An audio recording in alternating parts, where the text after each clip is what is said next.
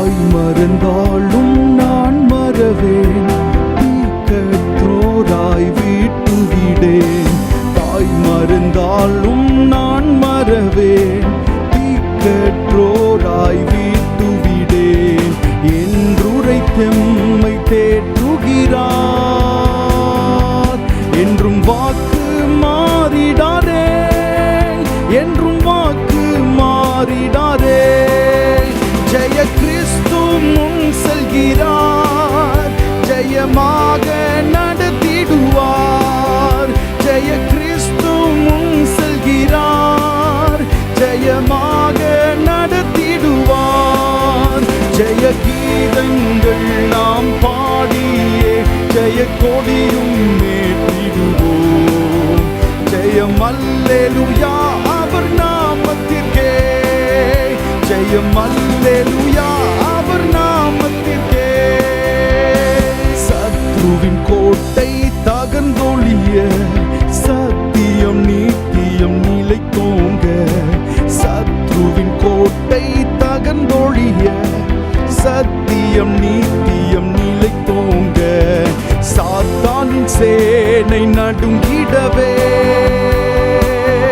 துதி சாற்றி ஆர்ப்பரிப்போம், துதி சாற்றி ஆர்ப்பரிப்போம். ஜெய கிறிஸ்து முன் செல்கிறார், எல்லாரும் சேர்ந்து பாடுவோம். நடத்திடுவார், ஜெய கிறிஸ்து முன் செல்கிறார், ஜெயமாக நடத்திடுவார். ஜெய கீதங்கள் நாம் பாடியே ஜெய கொடியும் ஏற்றிடுவோம். ஜெயம் அல்லேலூயா அவர் நாமத்திற்கே, ஜெயம் அல்லேலூயா அவர் நாமத்திற்கே. மெய்ப்பனில்லாத ஆடுகட்கே நானே நல்ல மெய்ப்பன் என்றார். மெய்ப்பனில்லாத ஆடுகட்கே நானே நல்ல மெய்ப்பன் என்றார். இன்ப சத்தம் பின் சென்றிடுவோம், இன்ப பாதை காட்டிடுவார், இன்ப பாதை காட்டிடுவார். ஜெய கிறிஸ்து முன் செல்கிறார், ஜெயமாக நடத்திடுவார். ஜெய கிறிஸ்து முன் செல்கிறார், ஜெயமாக நடத்தி. ஜெய கிறிஸ்து, ஜெய கிறிஸ்து முன் செல்கிறார், ஜெயமாக நடத்திடுவார்.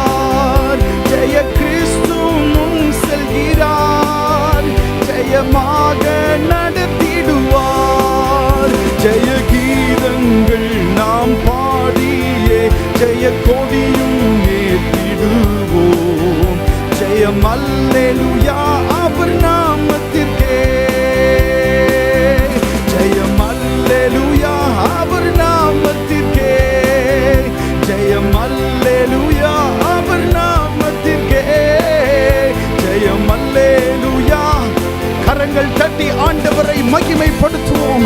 நாம் ஆராதிக்கிற தேவன் ஜீவன் உள்ளவர், நாம் ஆராதிக்கிற தேவன் ஜெயம் பெற்றவர். ஹல்லேலூயா, ஆமென். தோல்வி என்பதே அவருக்கு இல்லை. கர்த்தரை பாடுங்கள், அவர் மகிமையாய் வெற்றி சிறந்தார். ஹல்லேலூயா. ஏனானா சந்தரா ஹந்தேலே மகபரா. ஹல்லேலூயா, நன்றி இயேசுவே.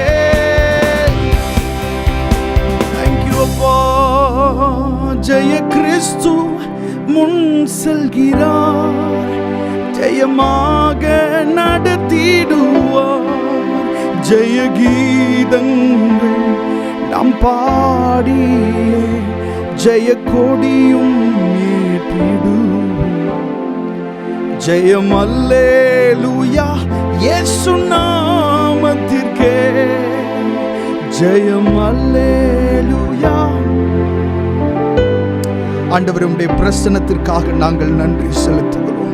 எப்பொழுதெல்லாம் உம்முடைய சமூகத்தில் சமூகத்திலே நாங்கள் வருகிறோமோ எங்களுடைய சோர்வுகள் எல்லாம் மாற்றி உம்முடைய பிரசன்னத்தினால் நீர் எங்களை நிரப்புகிறீர். ஹல்லேலூயா, ஆமென். எத்தனை பேருடைய உள்ளங்கள் அனல் கொள்ளுகிறது இந்த ஆராதனை வேளையிலே. கண்களை மூடி கரங்கள் உயர்த்தி அவருடைய பிரசன்னத்தை வரவேற்கும் விதமாய் ஆண்டவருக்கு நன்றி செலுத்துவோம். ஹல்லேலூயா. உம்மை நாங்கள் மகிமைப்படுத்துகிறோம், உம்மை நாங்கள் ஆராதிக்கிறோம். நீர் எல்லா துதிக்கும், எல்லா மகிமைக்கும், எல்லா ஆராதனைக்கும் நீர் பாத்திரர். ஓ எஸ், நீர் பாத்திரர். நன்றி செலுத்துகிறோம் ஆண்டவரே. தொடர்ந்து எங்கள் நடுவிலே நீர் செயல்படுவீராக. பெரிய காரியங்களை செய்யும். மகிமை அனைத்தையும் நீர் எடுத்துக்கொள்ளும். ஆசீர்வதியும். இயேசுவின் நாமத்தில் கேட்கிறோம் நல்ல பிதாவே. ஆமென், ஆமென். ஹல்லேலூயா. எத்தனை பேர் சந்தோஷமாய் இருக்கிறோம் ஆண்டவருடைய சமூகத்தில்? எஸ், சேர்ந்து பாடி ஆண்டவரை ஆராதிப்போம்.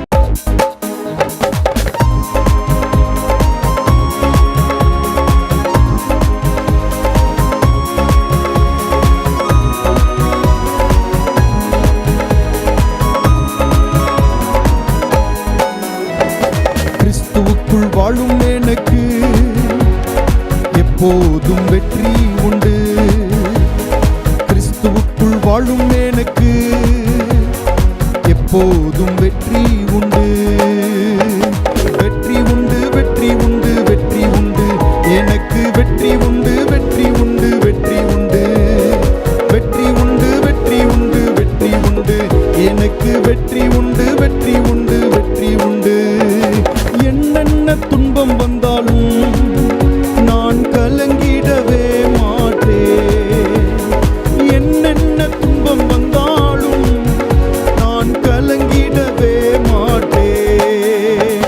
யார் என்ன சொன்னாலும், யார் என்ன சொன்னாலும் நான் சோர்ந்து போக மாட்டேன், நான் சோர்ந்து போக மாட்டேன். கிறிஸ்துவுக்குள் வாழும் எனக்கு எப்போதும் வெற்றி உண்டு. கிறிஸ்துவுக்குள் வாழும் எனக்கு எப்போதும் வெற்றி உண்டு. என் ராஜா முன்னே செல்கிறார், வெற்றி பவனி செல்கிறார். என் ராஜா முன்னே செல்கிறார், வெற்றி பவனி செல்கிறார். குருத்தோலை கையில் எடுத்து, குருத்தோலை கையில் எடுத்து ஓசன்னா பாடிடுவே, நான் ஓசன்னா பாடிடுவே. கிறிஸ்துவுக்குள் வாழும் எனக்கு எப்போதும் வெற்றி உண்டு. கிறிஸ்துவுக்குள் வாழும் எனக்கு எப்போதும் வெற்றி உண்டு. சாத்தானின் அதிகாரம் எல்லாம் என் நேசர் பறித்து கொண்டார். சாத்தானின் அதிகாரம் எல்லாம் என் நேசர் பறித்து கொண்டார். சிலுவையில் அறைந்து விட்டார், சிலுவையில் அறைந்து விட்டார். காலாலே மீதித்து விட்டார், இயேசு காலாலே மீதித்து விட்டார். கிறிஸ்துவுக்குள் வாழும் எனக்கு எப்போதும் வெற்றி உண்டு. கிறிஸ்துவுக்குள் வாழும் எனக்கு எப்போதும் வெற்றி உண்டு. பாவங்கள் போக்கிவிட்டார், சாபங்கள் நீக்கிவிட்டார். பாவங்கள் போக்கிவிட்டார், சாபங்கள் நீக்கிவிட்டார். இயேசுவின் தழும்புகளால், இயேசுவின் தழும்புகளால் சுகமானேன், சுகமானே, நான் சுகமானேன், சுகமானே. கிறிஸ்துவுக்குள் வாழும் எனக்கு எப்போதும் வெற்றி உண்டு. கிறிஸ்துவுக்குள் வாழும் எனக்கு எப்போதும் வெற்றி உண்டு. மேகங்கள் நடுவினிலே என் நேசர் வரப்போகிறார். மேகங்கள் நடுவினிலே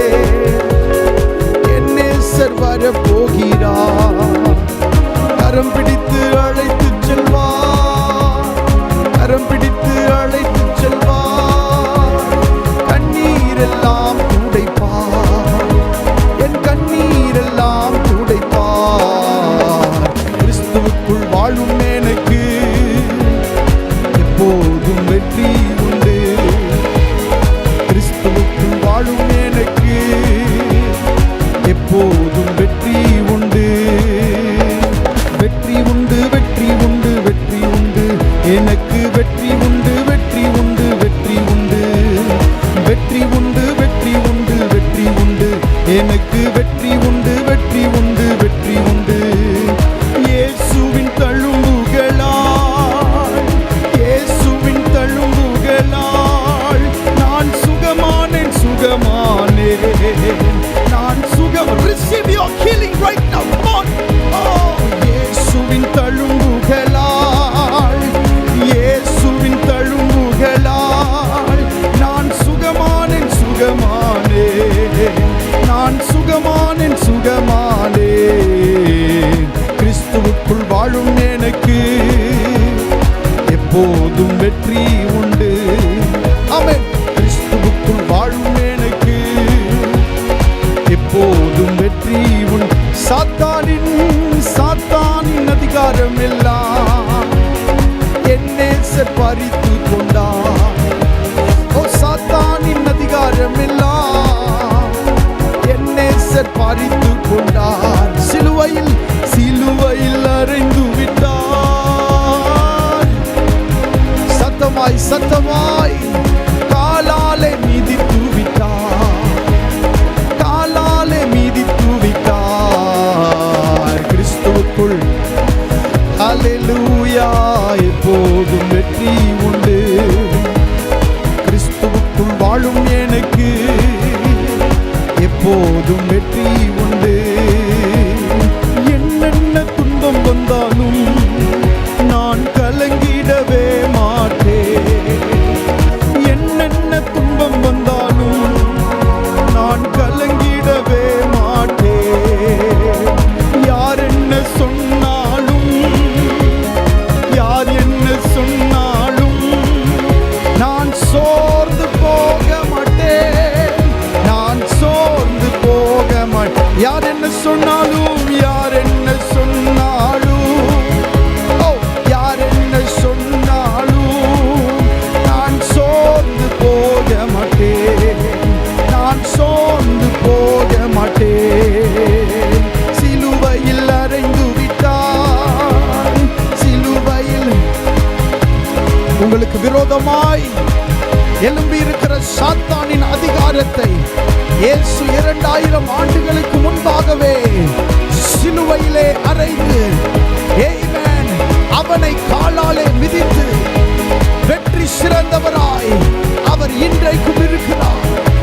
உங்கள் மேல் அவனுக்கு அதிகாரம் இல்லை, சத்ருவுக்கு உங்கள் மேல் அதிகாரம் இல்லை. இயேசு வெற்றி சிறந்திருக்கிறபடியினால், இயேசு வெற்றி பெற்றவராய் இருக்கிறபடியினால் வாய்களை திறந்து ஹல்லேலூயா ரபனா சங்கரபா கதே லிமா ரமனா சங்கரா ரமனா சங்கரபா கனாதியா துரபா. ஒரு புதிய பலன் உண்டாகட்டும், புதிய பலன் உண்டாகட்டும் இயேசுவின் நாமத்தினாலே. ஹல்லேலூயா. நீங்கள் கட்டப்பட்டவர்கள் அல்ல, நீங்கள் பாவத்திற்கு கீழானவர்கள் அல்ல, நீங்கள் அடிமைத்தனத்திற்கு கீழானவர்கள் அல்ல. இயேசு அவைகளை உடைத்தெறிந்திருக்கிறார். இயேசு சாபங்களை போக்கி இருக்கிறார். உங்களுக்காகத்தான் இயேசு மரித்தார். ஹல்லேலூயா. விசுவாச அறிக்கையிடுங்க. என் பாவங்களை இயேசு சிலுவையிலே எனக்காக ரத்தம் சிந்தி அவைகளை மேற்கொண்டிருக்கிறார். அதன் கிரயத்தை செலுத்தி இருக்கிறார். வெற்றியுள்ள வாழ்க்கைக்காக இயேசு நம்மை அழைத்திருக்கிறார். பேசுங்க அந்நிய பாஷையில் சில நிமிடங்கள். ஹல்லேலூயா. லேமா கபரஹ துரமா ஷபரஹபரபா லிமா ரபகனா சப்தேரஹாதியா துரபா ரேமா கமரஹ தீரானா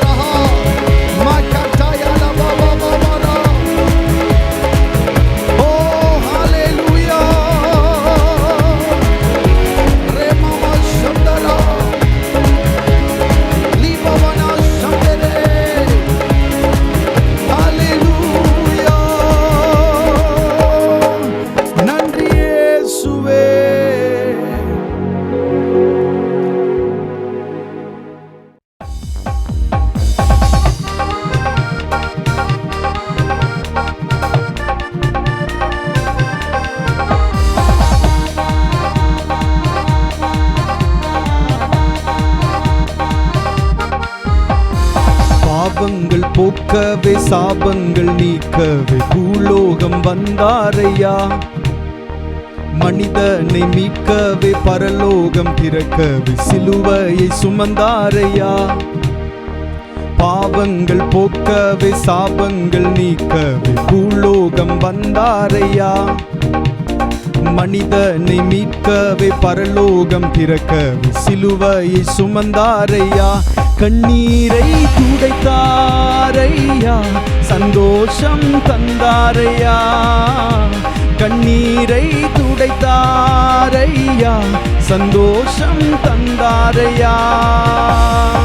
எந்தன் இயேசுவே, எந்தன் இயேசுவே, எந்தன் இயேசுவே, எந்தன் இயேசுவே, எந்தன் இயேசுவே, எந்தன் இயேசுவே, எந்தன் இயேசுவே, எந்தன் இயேசுவே.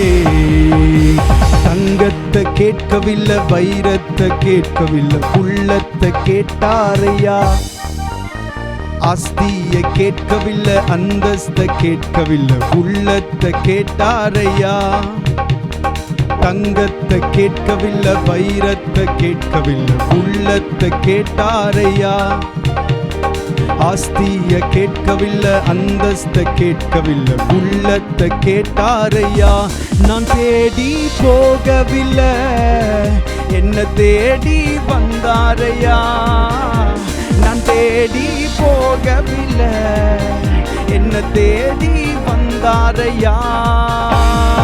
எந்தன் இயேசுவே, எந்தன் இயேசுவே, எந்தன் இயேசுவே, எந்தன் இயேசுவே, எந்தன் இயேசுவே, எந்தன் இயேசுவே, எந்தன் இயேசுவே, எந்தன் இயேசுவே. தாயுன்னை மறந்தாலும் தந்தையுன்னை மறந்தாலும் அவர் உன்னை மறக்க மாட்டார். நண்பர் உன்னை மறந்தாலும் முற்றார் உன்னை மறந்தாலும் அவர் உன்னை மறக்க மாட்டார். தாயுன்னை மறந்தாலும் தந்தையுன்னை மறந்தாலும் அவர் உன்னை மறக்க மாட்டார். நண்பர் உன்னை மறந்தாலும் முற்றார் உன்னை மறந்தாலும் அவர் உன்னை மறக்க மாட்டார். கரம் பிடித்து நடத்திடுவார், கண்மலை மேல் நிறுத்திடுவார். கரம் பிடித்து நடத்திடுவார், கண்மலை மேல் நிறுத்திடுவார். எந்தன் இயேசுவே, எந்தன் இயேசுவே, எந்தன் இயேசுவே, எந்தன் இயேசுவே, எந்தன் இயேசுவே, எந்தன் இயேசுவே, எந்தன் இயேசுவே, எந்தன் இயேசுவே. ஹல்லேலூயா. நான் தேடி போகவில்லை, என்ன தேடி வந்தாரையா. நான் தேடி போகவில்லை, என்ன தேடி வந்தாரையா. ஒன்று சொல்லுவோம், நான் தேடி போகவில்லை, என்ன தேடி வந்தாரையா. நான் தேடி போகவில்லை, என்ன தேடி வந்தாரையா. கரம் பிடித்து நடத்திடுவார், கண்மலை மேல் நிறுத்திடுவார். கரம் பிடித்து நடத்திடுவார், கண்மலை மேல் நிறுத்திடுவார். எந்தன் இயேசுவே, எந்தன் இயேசுவே, எந்தன் இயேசுவே, எந்தன் இயேசுவே, எந்தன் உயர்த்துகிறோம். எந்தன் இயேசுவே, எங்கள் தெய்வமே,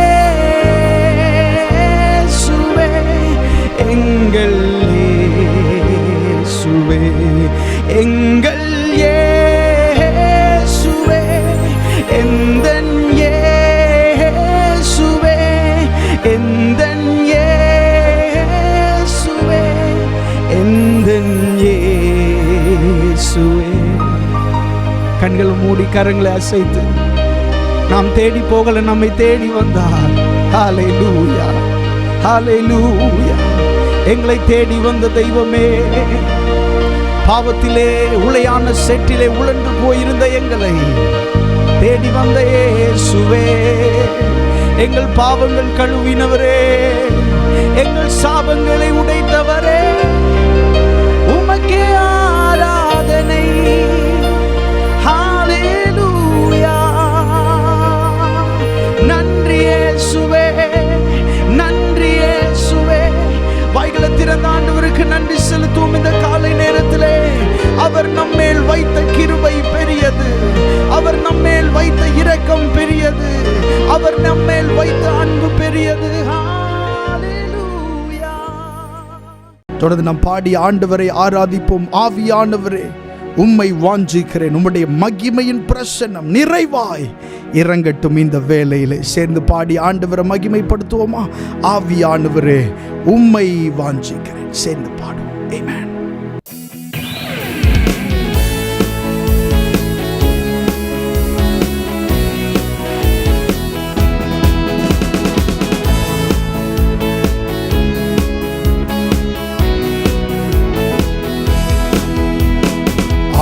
ஆவியானவரே, உம்மை வாஞ்சிக்கிறேன். ஆவியானவரே, உம்மை வாஞ்சிக்கிறேன். உங்கள் மகிமையின் பிரசன்னம் நிறைவாயிரங்கட்டும் இந்த வேளையிலே. உந்தன் மகிமையின் பிரசன்னம் நிறைவாயிரங்கட்டும் இந்த வேளையிலே.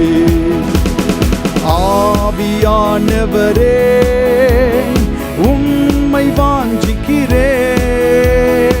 ஆவியானவரே, உம்மை வாஞ்சிக்கிறேன். உந்தன் மகிமையின் பிரசன்னம் நிறைவாய் இறங்கட்டும் இந்த வேளையிலே.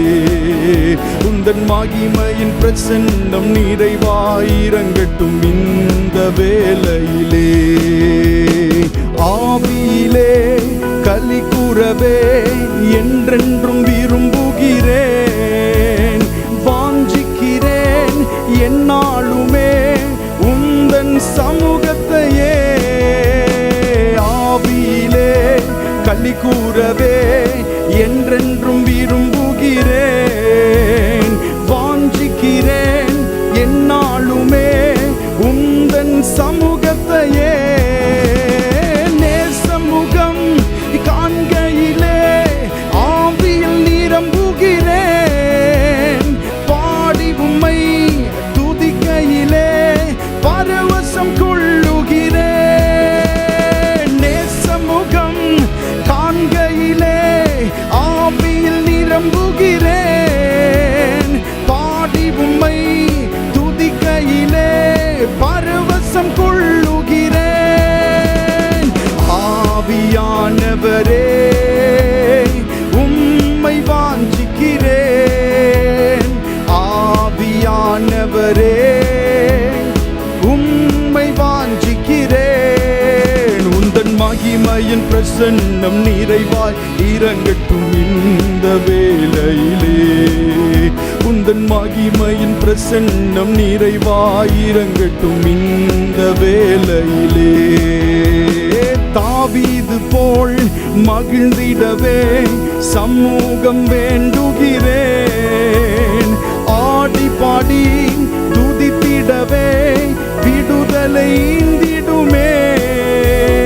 தாவீது போல் மகிழ்ந்திடவே உம் சமூகம் வேண்டுகிறேன். ஆடி பாடி துதித்திடவே விடுதலை ஈந்திடுமே. உன்னதத்தில் உம்முடனே உறவாட உதவிடுமே. ஆவிக்குள்ளாய் அனுதினமும் அனல் போல் மாற்றிடுமே. உன்னதத்தில் உம்முடனே உறவாட உதவிடுமே.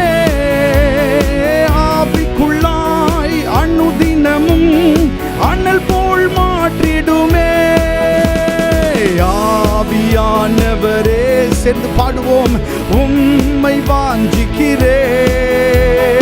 ஆவியானவரே உம்மை வாஞ்சிக்கிறேன். உந்தன் மகிமையின் பிரசன்னம் நிறைவாய் இறங்கட்டும் இந்த வேளையிலே. உந்தன் மகிமையின் பிரசன்னம் நிறைவாய் இறங்கட்டும் இந்த வேளையிலே. மேல் வீட்டரை அனுபவத்தை என்றென்றும் தந்திடுமே. ஆவி மழை கரை புரள தேசத்தை சந்தியுமே. மேல் வீட்டரை அனுபவத்தை என்றென்றும் தந்திடுமே. ஆவி மழை கரை புரள தேசத்தை சந்தியுமே. தேசமெல்லாம் அசைந்திடவே எழுப்பிடும் சபையோரை எழுப்புதலால் புது உள்ளங்கள் உயிர்ப்பிக்க செய்திடுமே. தேசமெல்லாம் அசைந்திடவே எழுப்பிடும் சபையோரை எழுப்புதலால் புது உள்ளங்கள் உயிர்ப்பிக்க செய்திடுமே. உன்னதத்தில் உம்முடனே உறவாட உதவிடுமே. ஆவிக்குள்ளாய் அனுதினமும் அனல் போல் சத்தமாய் உன்னதத்தில் உம்முடனே உறவாட உதவிடுமே. ஆவிக்குள்ளாய் அனுதினமும் அனல் போல் மாற்றிடுமே. நேசமுகம் காண்கையிலே ஆவியில் நிரம்புகிறேன். பாடி உம்மை துதிக்கையிலே பரவசம் கொள்ளுகிறேன். நேசமுகம் காண்கையிலே ஆவியில் நிரம்புகிறேன். பாடி உம்மை துதிக்கையிலே பரவசம் கொள்ளுகிறேன். ஆவியானவரே ஆவியானவரே ஓ உம்மை வாஞ்சிக்கிறேன். ஆவியானவரே உம்மை வாஞ்சிக்கிறேன். உந்தன் மகிமையின் பிரசன்னம் நிறைவாயிரங்கட்டும் இந்த வேளையிலே. ஓ உந்தன் மகிமையின் பிரசன்னம் பாடும் சத்தம் உயர்த்தி அல்லேலூயா. ஆவியிலே களி கூறவே என்றென்றும் விரும்புகிறேன். வாஞ்சிக்கிறேன் என்னாலுமே உந்தன் சமூகத்தையே. ஆவியிலே களி கூறவே என்றென்றும் விரும்புகிறேன். வாஞ்சிக்கிறேன் என்னாலுமே உந்தன் சமூகத்தையே. நேசமுகம் காண்கையிலே ஆவியில் நிரம்புகிறேன். பாடி உம்மை துதிக்கையிலே பரவசம் கொள்ளுகிறேன். ஓ நேசமுகம் காண்கையிலே ஆவியில் நிரம்புகிறேன். பாடி உம்மை துதிக்கையிலே பரவசம் கொள்ளுகிறேன். உன்னதத்தில் உம்முடனே உறவாட உதவிடுமே. ஆவிக்குள்ளாய் அனுதினமும் அனல் கொள்ள செய்திடுமே. தேசமெல்லாம் அசைந்திடவே எழுப்பிடும் சபையோரை எழுப்புதலால் புது உள்ளங்கள் உயிர்ப்பிக்க செய்திடுமே. ஆவியே ஆவியே இயேசுவே இயேசுவே. ஆவியே ஆவியே இயேசுவே இயேசுவே. ஆவியே ஆவியே இயேசுவே இயேசுவே. ஆவியே ஆவியே இயேசுவே. கரங்களை தட்டி வாய்களை திறந்து ஆண்டவரை மகிமைப்படுத்துவோம். ஹல்லேலூயா. Shakatalale barahature makana sandele barahat. Yes, hallelujah. Yes, hallelujah. Yandala fatu sabahandeke rema kabaroho sadaradi yandala laha. Idam breki dabaro sadadalaha rema kabaroho sadadalaha nda kabare lema kabaru sahanda kara. Idam bregedele mana shatereba kabaru sahandaya.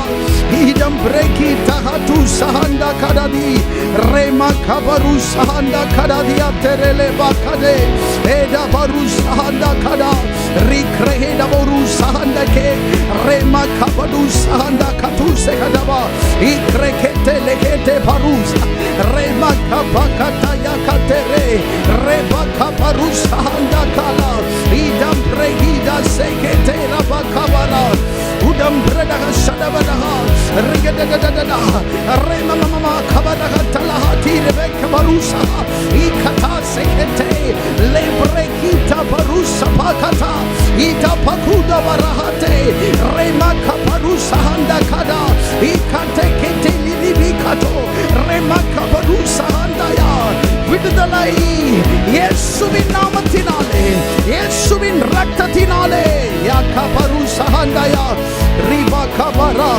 ஆவியிலே நிரம்பிக் கொண்டிருக்கிற வேளையிலே எல்லா தடைகள் இயேசுவின் நாமத்தினாலே நிர்மூலமாவதாக இருள்கள் இயேசுவின் நாமத்தினாலே விலகி போவதாக எல்லா அந்தகார சங்கிலிகள் இயேசுவின் நாமத்தினாலே முறிக்கப்படுவதாக ஆவியானவரே ஆவியானவரே ஷபரஹந்தேலே பரஹதேலே பக்கதேலே இதம்பரா சதரிலி பியாதல பரசே ரெக்ரஹேல பௌட ஹந்தனா பரசரா லிபரஹதேலே பக்கபரஹந்தே கீட பௌட ஹந்தினா லேக்ரேலே மௌஷகல மரஹோசி ரிக்ரஹேல மௌஷதேலே பதரஹதுரா பக்கதயா ரெமா கபருச ஹண்டா கலபருஸ். சில நிமிடங்கள வாய்களை திறந்து நல்ல விடுதலையோடு ஆண்டவரை மகிமைப்படுத்துங்கள். ஹல்லேலூயா. ஆமென். நீங்கள் தேவனுடைய சாயலாக மாறிக்கொண்டிருக்கிறீர்கள். ஆமென். ஒருவேளை நீங்கள் தேவனுடைய சாயலை இழந்து போயிருக்கலாம். ஆனால் இந்த ஆராதனை வேளையிலே ஆண்டவர் தம்முடைய சாயலின்படி உங்களை மாற்றுகிறார். ஹல்லேலூயா. ஆமென். பிரச்சனை இந்த பூமியில் ஆரம்பித்ததனுடைய துவக்கம் அதுதான். ஆமென். தேவனுடைய சாயலை ஆதாம் இழந்து போனான், தான் செய்த தவறினால பாவங்கள்னால. ஆமென். ஆமென். இயேசு கிறிஸ்துவின் சாயலுக்கு ஒப்பாகும்படி தான் ஆண்டவர் இந்த பூமியில நம்மை அழைத்திருக்கிறார். இயேசு கிறிஸ்துவினுடைய சாயலுக்கு ஒப்பாகும்படி. ஆமென். ஒருவேளை அந்த சாயலை நீங்கள் இழந்து போயிருப்பீர்களே, ஆனால் ஆராதனை நேரத்தில் ஆண்டவர் அவருடைய சாயலுக்கு ஒப்பாய் உங்களை மாற்றுகிறார். ஹல்லேலூயா. நிறைய நேரத்தில் நம்ம ஆண்டவரை ஆராதிக்கும் போது ஆமென், அவருடைய மனநிலை என்ன என்பது அறியாமல் நம்ம அநேக வார்த்தைகளை பேசி கொண்டிருப்போம். இந்த ஆராதனை நேரத்தில் ஆண்டவர் நம்மை குறித்து விரும்புவது என்ன? அவருடைய சாயலுக்கொப்பாய் நாம் மாறணும். ஹல்லேலூயா. குமாரனுடைய சாயலுக்கொப்பாய் நாம் மாற்றப்படணும். எல்லாரும் கண்களை மூடி, முடிந்தவர்கள் கரங்கள் உயர்த்தி இருதயத்தின் ஆழத்தில் இருந்து ஆண்டவரை பார்த்து சொல்லுங்க, ஆண்டவரே உம்முடைய சாயலா என்னை மாற்றும். ஹல்லேலூயா. இந்த உலகத்தில் என்ன ஆசீர்வாதங்கள் இருந்தாலும் இல்லாமல் போனாலும் இயேசுவின் சாயலாக நீங்க மாற்றப்படலைன்னா இயேசுவின் கிரியைகளை உங்களால் செய்ய முடியாது. இயேசுவுக்குள்ள இருந்த அந்த கனிகள் உங்களுக்குள்ள வராது. ஆமென். ஆண்டவருடைய சாயலுக்கொப்பாய் நாம் மாற்றப்படணும். குமாரனுடைய சாயலுக்கொப்பாய் நாம் மாற்றப்படணும். யா அல்லாஹ் கசேலே பராக். வாய்களை திறந்து கேளுங்க. ஆண்டவரே உம்முடைய சாயலா என்னை மாற்றும். ஆண்டவரே ஸ்தோத்திரம் அப்பா. கடந்த நாட்கள்ல ஆண்டவரே சில பல காரணங்களினாலே உம்முடைய சாயலை நான் இழந்து போனது உண்மை. உம்மை மறுதலித்தது உண்மை. உம்மை தூஷித்து பேசினது உண்மை. ஆண்டவரே சில காரியங்கள் நீர் எனக்கு செய்யாதனால உண்மையில நான் மனக்கசப்பாய் இருந்தது உண்மை. ஆனால் இந்த ஆராத நேரத்தில் நான் சொல்லுகிறேன், நீர் என்னை கொன்று போட்டாலும் உண்மையில நான் நம்பிக்கையாயிருப்பேன். கமான், வாய்கள் திறந்து ஹல்லேலூயா. ஆண்டவர் உங்களோட பேசி கொண்டிருக்கிறார் என்றால் நீங்கள் மௌனமாயிருக்க வேண்டாம். ஆமென். இருதயங்கள் திறந்து ஆண்டவருடைய சமூகத்தில் உங்களை ஊற்றுங்கள். இன்னைக்கு அன்னாள் ஆண்டவருடைய சமூகத்திலே தன்னுடைய இருதயத்தை முழுவதையும் அவள் ஊற்றினாள். உதடுகள் மாத்திரம் அசைந்தது, சத்தமோ கேட்கப்படவில்லை. ஆமென். கர்த்தருடைய சமூகத்திலே உங்களை நீங்களே ஊற்றி விடுங்கள். ஹல்லேலூயா. ஆண்டவரை பார்த்து சொல்லுங்க, ஆண்டவரே இனி எல்லாம் எனக்கு நீர் மட்டும்தான். ஆண்டவரே எல்லாம் எனக்கு நீர் மட்டும்தான். என்னை நடத்துகிறவர் நீர், என் தலையை உயர்த்துகிறவர் நீர், என் கோணலான பாதைகளை செவ்வையாக்குகிறவர் நீர். நல்ல விடுதலையோடு ஆண்டவருடைய சமூகத்தில் சொல்லுவோம். ஹல்லேலூயா. அப்படியே அவருடைய சமூகத்தில் நம்மை அர்ப்பணித்து பாடி ஆண்டவரை மகிமைப்படுத்துவோம்.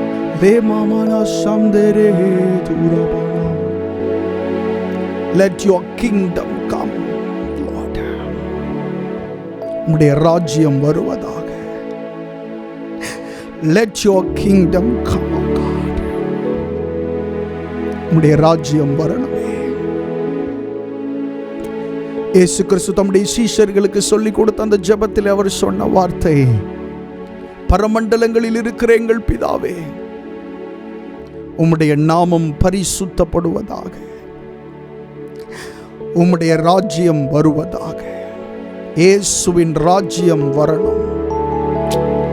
சொல்லிக் கொடுத்த ஜெபத்தை பாருங்க. இயேசு கிறிஸ்து சொல்லிக் கொடுத்த ஜெபத்தை பாருங்க.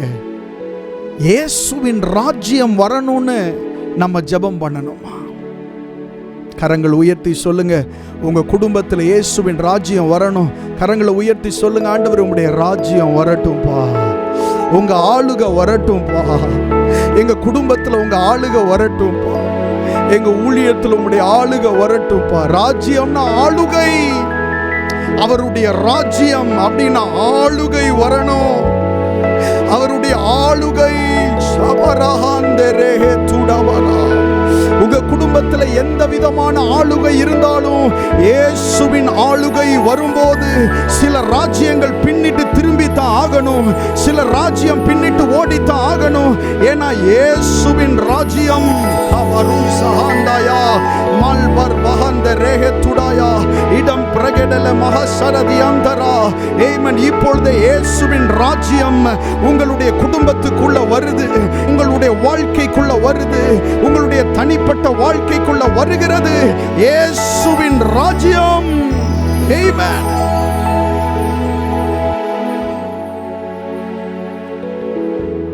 ஓ ஹல்லேலூயா. பரத்தில் உள்ள எங்கள் பிதாவே, உம் ராஜ்யம் வருக, உம் சித்தம் நிறைவேற. பாரத்தில் உள்ள எங்கள் பிதாவே, உம் ராஜ்யம் வருக, உம் சித்தம் நிறைவேற. அல்லேலூயா. கரங்கள் உயர்த்தி சொல்லுங்க, ஆண்டவரை பார்த்து, ஆண்டவரே உம்முடைய ராஜ்யம் வரட்டும்பா, எங்களுடைய குடும்பத்தில் உம்முடைய ராஜ்யம் வரட்டும், என்னுடைய எதிர்பார்ப்புகள் மேல உம்முடைய ராஜ்யம் வரட்டும். வேதம் சொல்லுகிறது கர்த்தர் ராஜரீகம் பண்ணுகிறார். அப்படின்னா என்ன அர்த்தம்? ராஜ்யத்தோட வருகிறார், தம்முடைய வல்லமையோட வருகிறார், தம்முடைய மகிமையோட வருகிறார். கமான் எல் பர்மஹந்தரா ஏக்ரகது சஹந்தயால் அவரஹந்தரே. அவருடைய வல்லமை, அவருடைய அபிஷேகம், அவருடைய அக்கினிமயமான அவருடைய ஆளுகை.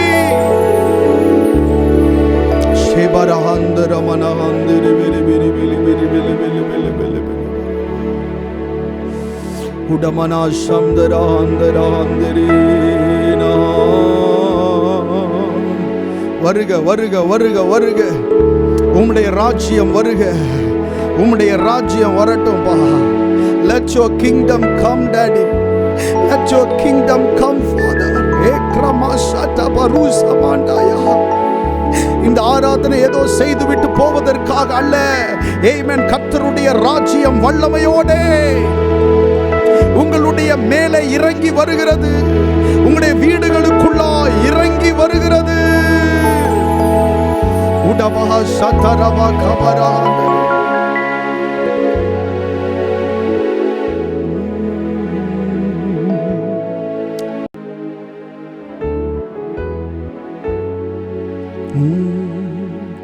மகிமையடையும் இயேசுராஜனே, மாறாத நல்ல மேய்ப்பனே. மகிமையடையும் இயேசுராஜனே, மாறாத நல்ல மேய்ப்பனே. உந்தன் திருநாமம் வாழ்க, உலகெங்கும் உம்மரசு வருக. உந்தன் திருநாமம் வாழ்க, உலகெங்கும் உம்மரசு வருக. வருக மகிமையடையும் இயேசுராஜனே, மாறாத நல்ல மேய்ப்பனே. மகிமையடையும் இயேசுராஜனே, மாறாத நல்ல மேய்ப்பரே. உலகமெல்லாம் மீட்படைய உம் ஜீவன் தந்தீரையா. உலகமெல்லாம் மீட்படைய உம் ஜீவன் தந்தீரையா. மகிமையடையும் இயேசுராஜனே, மாறாத நல்ல மேய்ப்பனே. ஓ மகிமையடையும் இயேசுராஜனே, மாறாத நல்ல மேய்ப்பனே. என் பாடுகள் ஏற்றுக்கொண்டீர், என் துக்கம் சுமந்தீரையா. என் பாடுகள் ஏற்றுக்கொண்டீர், என் துக்கம் சுமந்தீரையா. மகிமையடையும் இயேசுராஜனே, ஓ மாறாத நல்ல நேசரே. மகிமையடையும் இயேசுராஜனே, மாறாத நல்ல மேய்ப்பனே. உந்தன் திருநாமம் வாழ்க, உந்தன் திருநாமம் வாழ்க. உலகெங்கும் உம்மரசு வருக. உந்தன் திருநாமம் வாழ்க. உலகெங்கும் உம்மரசு வருக. பாடும் உந்தன் திருநாமம், உந்தன் திருநாமம் வாழ்க. உலகெங்கும் உம்மரசு வருக. உந்தன் திருநாமம் வாழ்க. ஓ உம்மரசு வருக.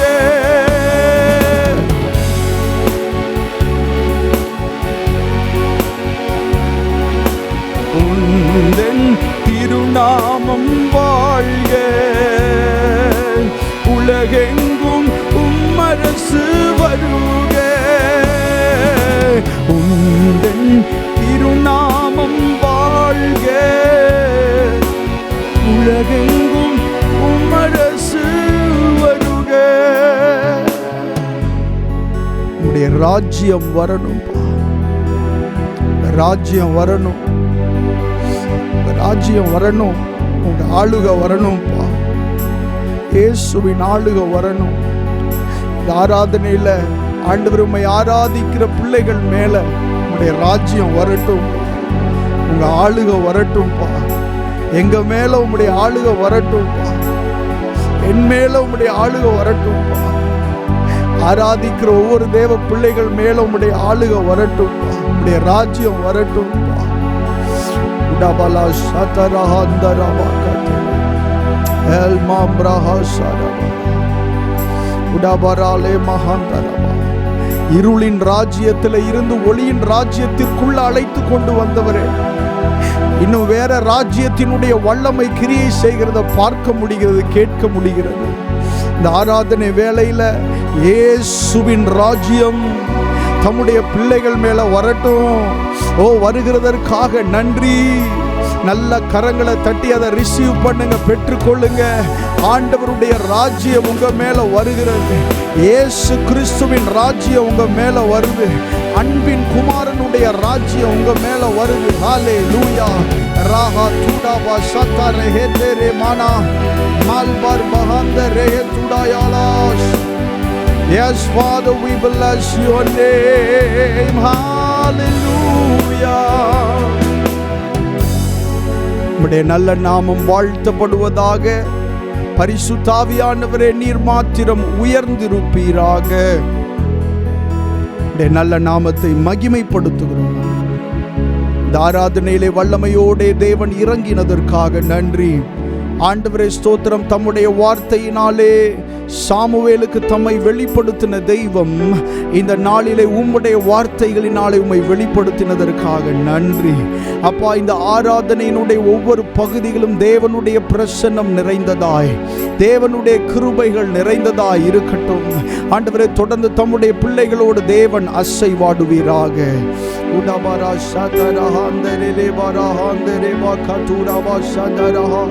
Yes, Daddy, thank you, அப்பா. உம்மை மகிமைப்படுத்துகிறோம், உம்மை உயர்த்துகிறோம். இயேசுவின் நாமத்தில் கேட்கிறோம் நல்ல பிதாவே. ஆமென். ஆமென். ஹல்லேலூயா. Praise Jesus. ஹல்லேலூயா. கர்த்தருடைய நாமம் மகிமைப்படுவதாக. நாம் தொடர்ந்து தேவனுடைய வார்த்தைக்கு நேராய் கடந்து செல்வோம். இந்த நாளிலே குருத்தோலை ஞாயிறு. இயேசு கிறிஸ்து இந்த பூமியில 33.5 வருஷங்கள் அவர் வாழ்ந்து 3.5 வருஷங்கள் ஊழியம் செய்து ராஜ்யத்தின் சுவிசேஷத்தை எங்கும் அவர் பிரசங்கித்து, அந்த சிலுவை பாடுகளுக்கு முன்பாக ஓசன்னா பாடுகிற அந்த சத்தத்தோடு அவர் எருசலேமுக்கு கடந்து சென்றதை நாம் எல்லாரும் அறிந்திருக்கிறோம். அதைத்தான் பாம் சண்டே, குருத்தோலை ஞாயிறு என்று சொல்லி நாம் அழைக்கிறோம். அதை நினைவு கூறுகிற விதமாய் இன்றைக்கு நாம் தொடர்ந்து சில காரியங்களை வேதத்திலிருந்து தியானிக்க போகிறோம். வாசிக்கலாம். லூக்கா எழுதின சுவிசேஷம் 19வது அதிகாரம் 10வது வசனத்தை நாம் எல்லாரும் சேர்ந்து வாசிக்கலாம். லூக்கா எழுதின சுவிசேஷம் 19வது அதிகாரம் 10வது வசனம். இழந்து போனதை தேடவும் இரட்சிக்கவுமே மனுஷகுமாரன் வந்திருக்கிறார் என்றார். இழந்து போனதை தேடவும் இரட்சிக்கவுமே மனுஷகுமாரன் வந்திருக்கிறார். லூக்கா எழுதின சுவிசேஷம் 19வது அதிகாரத்தில் நம்ம வாசிக்கும் போது இயேசு கிறிஸ்து எருசலேமுக்கு போன அந்த நிகழ்வை குறித்து, அதாவது கழுதையின் மேல் ஏறி அவர் ஜனங்கள் எல்லாம் ஓசன்னா பாடுகிற அந்த சத்தத்தோடு எருசலேமுக்கு போகிற அந்த நிகழ்வை குறித்து இந்த அதிகாரத்தில் எழுதப்பட்டிருக்கிறதை பார்க்கிறோம். பிற சுவிசேஷ புஸ்தகங்களிலும் இயேசு கிறிஸ்து இப்படி கழுதையின் மேல் ஏறி போனதை குறித்து அங்கே சொல்லப்பட்டிருக்கிறது. ஆனால் லூக்கா எழுதின சுவிசேஷத்தை எப்பொழுதுமே நாம் வாசிக்கும் போது எந்த சம்பவங்களானாலும், எந்த உவமைகளானாலும், எந்த காரியங்களானாலும் சரியான கிரமத்தோடு எழுதியிருக்கிறதை நாம் வேதத்தில் பார்க்க முடியும். லூக்கா எழுதின சுவிசேஷம் கிரமமாக எழுதப்பட்டிருக்கிறதை நம்மால் பார்க்க முடியும். ஒரே அற்புதம் வேறு வேறு சுவிசேஷ புஸ்தகங்களில் இருக்கும். ஆனால் லூக்கா எழுதின சுவிசேஷத்தில் நம்ம வாசிக்கும் போது அதனுடைய அந்த எழுத்து நடை கிரமப்படி அமைந்திருக்கிறதை நம்மால் பார்க்க முடியும். அப்படி இந்த 19வது அதிகாரம், லூக்கா எழுதின சுவிசேஷம் 19வது அதிகாரத்திலே இயேசு கிறிஸ்து அந்த கழுதையின் மேல் ஏறி போனதை குறித்து மிகவும் கிரமமாக உண்மையிலே நடந்தபடியே லூக்கா எழுதின அந்த ஆக்கியோன் அங்கே எழுதியிருப்பார். அப்போ இயேசு கிறிஸ்து இந்த அதிகாரத்திலே சகேயு என்கிறதான ஒரு மனிதனை சந்திக்கிறதை நாம் பார்க்கிறோம். சகேயுவை பற்றி நமக்கு தெரியும். அவன் மிகவும் குள்ளனாய் இருந்தபடியினால காட்டத்தி மரத்தில் ஏறி நின்று இயேசுவை பார்க்க வேண்டும் என்று விரும்பினான். அந்த வழியாய் வந்த இயேசு கிறிஸ்து அந்த மரத்தின் கீழே நின்று, சகேயுவே இறங்கி வா, இன்றைக்கு நான் உன் வீட்டிலே தங்க வேண்டும் என்று சொல்லி இயேசு கிறிஸ்து போய் அவனுடைய வீட்டிலே தங்கினதையும், அவனுடைய வீட்டிற்கு போன உடனே இன்றைக்கு இந்த வீட்டுக்கு இரட்சிப்பு வந்தது என்று சொன்னதையும் இந்த சம்பவங்கள் எல்லாம் நாம் அறிந்திருக்கிறோம். அந்த சகேயுவின் வீட்டில் அவர் இருக்கும்போது அநேகர் எதிரான வார்த்தைகளை பேசினார்கள். அப்போ இயேசு கிறிஸ்து சொன்ன அந்த வார்த்தையை தான் இப்பொழுது நம்ம வாசிக்க கேட்டோம். இழந்து போன போனதை தேடவும் இரட்சிக்கவுமே மனுஷகுமாரன் வந்திருக்கிறார் என்று இயேசு சொன்னார். இழந்து போனதை அப்படின்னா என்ன அர்த்தம்? எதை சொல்ல வருகிறார்? அதாவது பரலோகம் இழந்து போன ஆத்துமாக்களை தேடவும் இரட்சிக்கவுமே மனுஷகுமாரன் இந்த பூமிக்கு வந்தார். இயேசு கிறிஸ்து இந்த பூமிக்கு வந்ததினுடைய நோக்கம் என்னவென்று சொன்னால், பரலோகம் இழந்து போன ஆத்துமாக்களை பரலோக கட்டுப்பாட்டிலிருந்து பிசாசின் கட்டுப்பாட்டுக்குள் போன ஆத்துமாக்களை, தேவ பிள்ளைகளை மீட்கும்படி, அவர்களை தேடும்படி தான் இயேசு கிறிஸ்து இந்த பூமிக்கு வந்தார். இயேசு கிறிஸ்து இந்த பூமிக்கு வந்ததினுடைய உன்னதமான நோக்கத்தை பாருங்கள். இயேசு இந்த பூமிக்கு வாழ வந்தவர் அல்ல, அவர் வாழ பிறந்தவரும் அல்ல. அவர் மரிக்க வேண்டுமென்றே அவர் இந்த பூமியிலே ஒரு மனுஷனாக அவதரித்தார். ஆமென். பரலோகத்தில் தூதர்களினுடைய துதியில் மகிழ்ந்து கொண்டிருந்த இயேசு நமக்காக இந்த பூமிக்கு அவர் வந்தார். வந்ததினுடைய நோக்கம் என்ன? இந்த வசனத்தில் சொல்லப்பட்டிருக்கிறது, இழந்து போனதை, பரலோகம் இழந்து போனதை தேடி கண்டுபிடிப்பதற்காக, அதை ரட்சித்து மீட்டுக் கொள்வதற்காக தான் மனுஷகுமாரன் இந்த பூமிக்கு வந்தார். ஹல்லேலூயா. ஆமென். சகேவினுடைய வீட்டிற்கு போனது அங்கே இருக்கிற அநேகருக்கு அது பிடிக்கவில்லை. ஏன் இயேசு இந்த மனுஷனுடைய வீட்டுக்கு போக வேண்டும், இந்த பாவியான மனுஷனுடைய வீட்டுக்கு ஏன் இயேசு போக வேண்டும் என்று அநேகர் சிந்தித்தார்கள், அநேகர் கேள்வி கேட்டார்கள். இயேசு சொன்னார், இவனும் ஆபிரகாமின் குமாரனாய் இருக்கிறானே, இந்த வீட்டுக்கு ரட்சிப்பு வந்தது என்று சொல்லி இயேசு சொன்னதை பார்க்கிறோம். அதாவது பரலோக கட்டுப்பாட்டிலிருந்து ஆமென் பிடுங்கப்பட்ட ஒரு மனிதன் தான் இந்த சகேயு.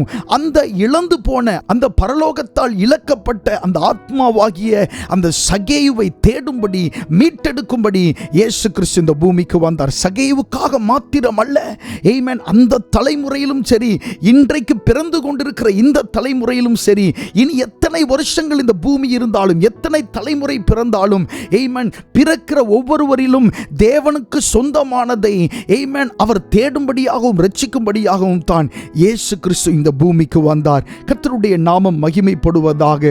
இந்த வசனம் சொல்லுகிறது, இழந்து போனவர்களை தேடவும் ரட்சிக்கவுமே மனுஷகுமாரன் ஆமென் பூமிக்கு வந்திருக்கிறார். இழந்து போனவர்கள் ஆமென் தேடப்படணும், அவர்கள் ரட்சிக்கப்பட வேண்டும், அவர்கள் காப்பாற்றப்பட வேண்டும், எப்படியாகிலும் அவர்களுடைய வாழ்க்கை மாற வேண்டும் என்பது தான் தேவனுடைய நோக்கமாய் இருந்தது. இருளின் ராஜ்யத்திலிருந்து, அந்தகாரத்தின் ராஜ்யத்திலிருந்து தம்முடைய அன்பின் குமாரனுடைய ராஜ்யத்திற்கு ஆமென் ஜனங்கள் உட்பட வேண்டும் என்பது தான் ஆமென் பிதாவின் நோக்கமாயிருக்கிறதை நாம் வேதத்திலே பார்க்கிறோம். இந்த காரியங்களை இயேசு சொன்ன பிறகு உடனே ஒரு உவமையை சொல்லுகிறார். பாருங்க, சகேவினுடைய வீட்டு சம்பவம் அங்கே நடக்கிறது. சகேவினுடைய வீட்டுக்கு போகிறார். அங்கே வீட்டுக்கு போன உடனே அங்கே சில குழப்பங்கள் வருகிறது. ஜனங்கள் எதிர்க்கிறார்கள். எதிர்க்கிற அந்த மனிதர்களுக்கு ஆண்டவர் தம்முடைய வார்த்தையை சொல்லி, எதிர்க்கிற அந்த மனிதர்களுக்கு தம்முடைய வசனத்தை சொல்லி, ஆண்டவர் அந்த சம்பவத்தை முடிக்காமல் தொடர்ந்து ஒரு உவமையை ஆண்டவர் அவர்களுக்கு சொல்லுகிறார். இந்த உவமை முழுவதையும் நாம் தியானிக்க போகிறது அல்ல. இந்த உவமையின் முதல் பகுதியையும் அதனுடைய கடைசி பகுதியை மட்டும் தான் இந்த நாளிலே நம்முடைய பிரசங்கத்திற்காக நாம் தியானிக்க போகிறோம். ஏனென்று சொன்னால், இந்த உவமை முழுவதும் தியானிப்பது இன்றைய பிரசங்கத்திற்கான காரியம் அல்ல. அதனால் இந்த உவமையை நாம் தியானிக்க போகிறதில்லை. இந்த உவமையின் முதல் பகுதியையும் அதனுடைய கடைசி பகுதியை மட்டும் நாம் தியானிக்க போகிறோம். வாசிக்கலாம். லூக்கா எழுதின சுவிசேஷம் 19வது அதிகாரம், அதே அதிகாரத்தில் 11, 12 ஆகிய வசனங்களை வாசிக்கலாம். லூக்கா எழுதின சுவிசேஷம் 19வது அதிகாரம் 11, 12 ஆகிய வசனங்களை வாசிக்கலாம். அவர்கள் இவைகளை கேட்டுக்கொண்டிருக்கையில் அவர் எருசலேமுக்கு சமீபித்திருந்தபடியினாலும் தேவனுடைய ராஜ்யம் சீக்கிரமாய் வெளிப்படும் என்று அவர்கள் நினைத்தபடியினாலும் அவர் ஒரு உவமையை சொன்னார்.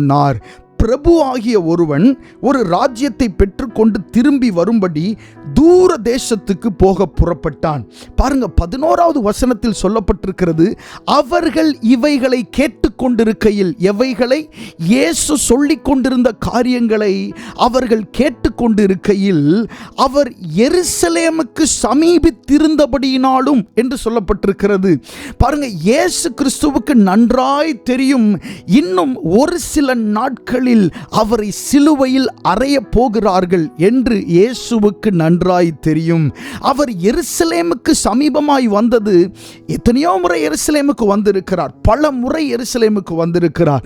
அவர் பிறந்த பொழுதே 8ஆம் நாளிலே எருசலேமிலே தேவாலயத்திலே கொண்டு வந்து அந்த காரியங்களை எல்லாம் செய்ததை நாம் வேதத்திலே பார்க்கிறோம். பல முறைகள் ஊழியத்தின் நிமித்தமாக வந்திருக்கிறார், தேவாலயத்திலிருந்து பிரசங்கித்திருக்கிறார், ஜனங்களை சந்தித்து அவர்களை சுகமாக்கி இருக்கிறார். பல சூழ்நிலைகள் எருசலேம் தேவாலயத்திலே இயேசு கிறிஸ்துவுக்கு நடந்திருக்கிறது. அவர் சொன்னார், இது என் ஜெப வீடு என்று சொல்லுகிற அளவுக்கு தேவாலயம் இயேசுவோடு மிகவும் நெருக்கமாக இருந்தது. அப்படி இருந்தாலும் இந்த முறை எருசலேமுக்கு வருவது என்பது ஒரு வித்தியாசமான அனுபவம். ஏனென்றால் எருசலேமுக்கு போய் அவர் பிரசங்கிக்க போகிறதில்லை, பதிலாக எருசலேமில் போய் அவர் சிலுவையில் அறையப்பட போகிறார். அப்படிப்பட்ட ஒரு சூழ்நிலையிலே இயேசு கிறிஸ்து இருந்தார். இந்த பூமியில அவர் என்னதான் பிசாசுகளை விரட்டினாலும், எவ்வளவு தான் அற்புதங்கள் செய்தாலும், என்னதான் ஜெபம் பண்ணினாலும், வந்த நோக்கத்தை குறித்து எப்பொழுதுமே இயேசு கிறிஸ்து மிகவும் தெளிவாய் இருந்திருக்கிறார். எதற்காக இந்த பூமிக்கு வந்தோம், வந்ததினுடைய நோக்கம் நிறைவேற வேண்டும் என்று சொல்லி ஒவ்வொரு நாளும் இயேசு கிறிஸ்து மிகவும் கவனமாய் இருந்ததை வேதத்தில் வாசிக்கிறோம். ஒரே ஒரு வசனத்தை கூட உங்களுக்கு நினைவுபடுத்த விரும்புகிறேன். லூக்கா எழுதின சுவிசேஷம் 9ஆம் அதிகாரம் 51வது வசனத்தில் இப்படி சொல்லப்பட்டிருக்கிறது. லூக்கா 9:51, பின்பு அவர் எடுத்துக் கொள்ளப்படும் நாட்கள் சமீபித்த போது அவர் எருசலேமுக்கு போக தமது முகத்தை திருப்பி என்று சொல்லப்பட்டிருக்கிறது. எடுத்துக் கொள்ளப்பட போகிற அந்த நாட்கள் வருகிறது இயேசு அறிந்து அதை விட்டு தன்னை தவிர்த்து கொள்ளவில்லை, அந்த காரியத்தை விட்டு தன்னை மறைத்து கொள்ளவில்லை. பதிலாக எருசலேமுக்கு போக தன்னுடைய முகத்தை அவர் திருப்பினார். ஆமென். இதுதான் எனக்காக வைக்கப்பட்டிருக்கிற அந்த விஷயம் என்று சொல்லி இயேசு கிறிஸ்து நன்றாக அறிந்திருந்தார். ஆமென். நம்முடைய வாழ்க்கையில நம்முடைய நோக்கத்தை அறிந்து நாம் பயணிக்கிறவர்களாய் இருக்க வேண்டும். இயேசு கிறிஸ்து எதற்காக நம்மை பிடித்தார், என்ன நோக்கத்திற்காக நம்மை தெரிந்து கொண்டார் என்கிற அந்த நோக்கம் அறிந்து நாம் செயல்படுகிறவர்களாய் இருக்க வேண்டும். இயேசு கிறிஸ்துவுக்கு எல்லா பக்கமும் நல்ல காரியங்கள் நடந்து கொண்டிருந்தது, நல்ல ஊழியம் நடந்து கொண்டிருந்தது. அவர் ஜனங்களை சந்தித்தார். எதிர் பேசுகிறவர்களால் ஜெயிக்க முடியாத அளவிற்கு அவருடைய வார்த்தை ஞானம் இருந்தது, அவருடைய அறிவு அந்த அளவுக்கு இருந்தது.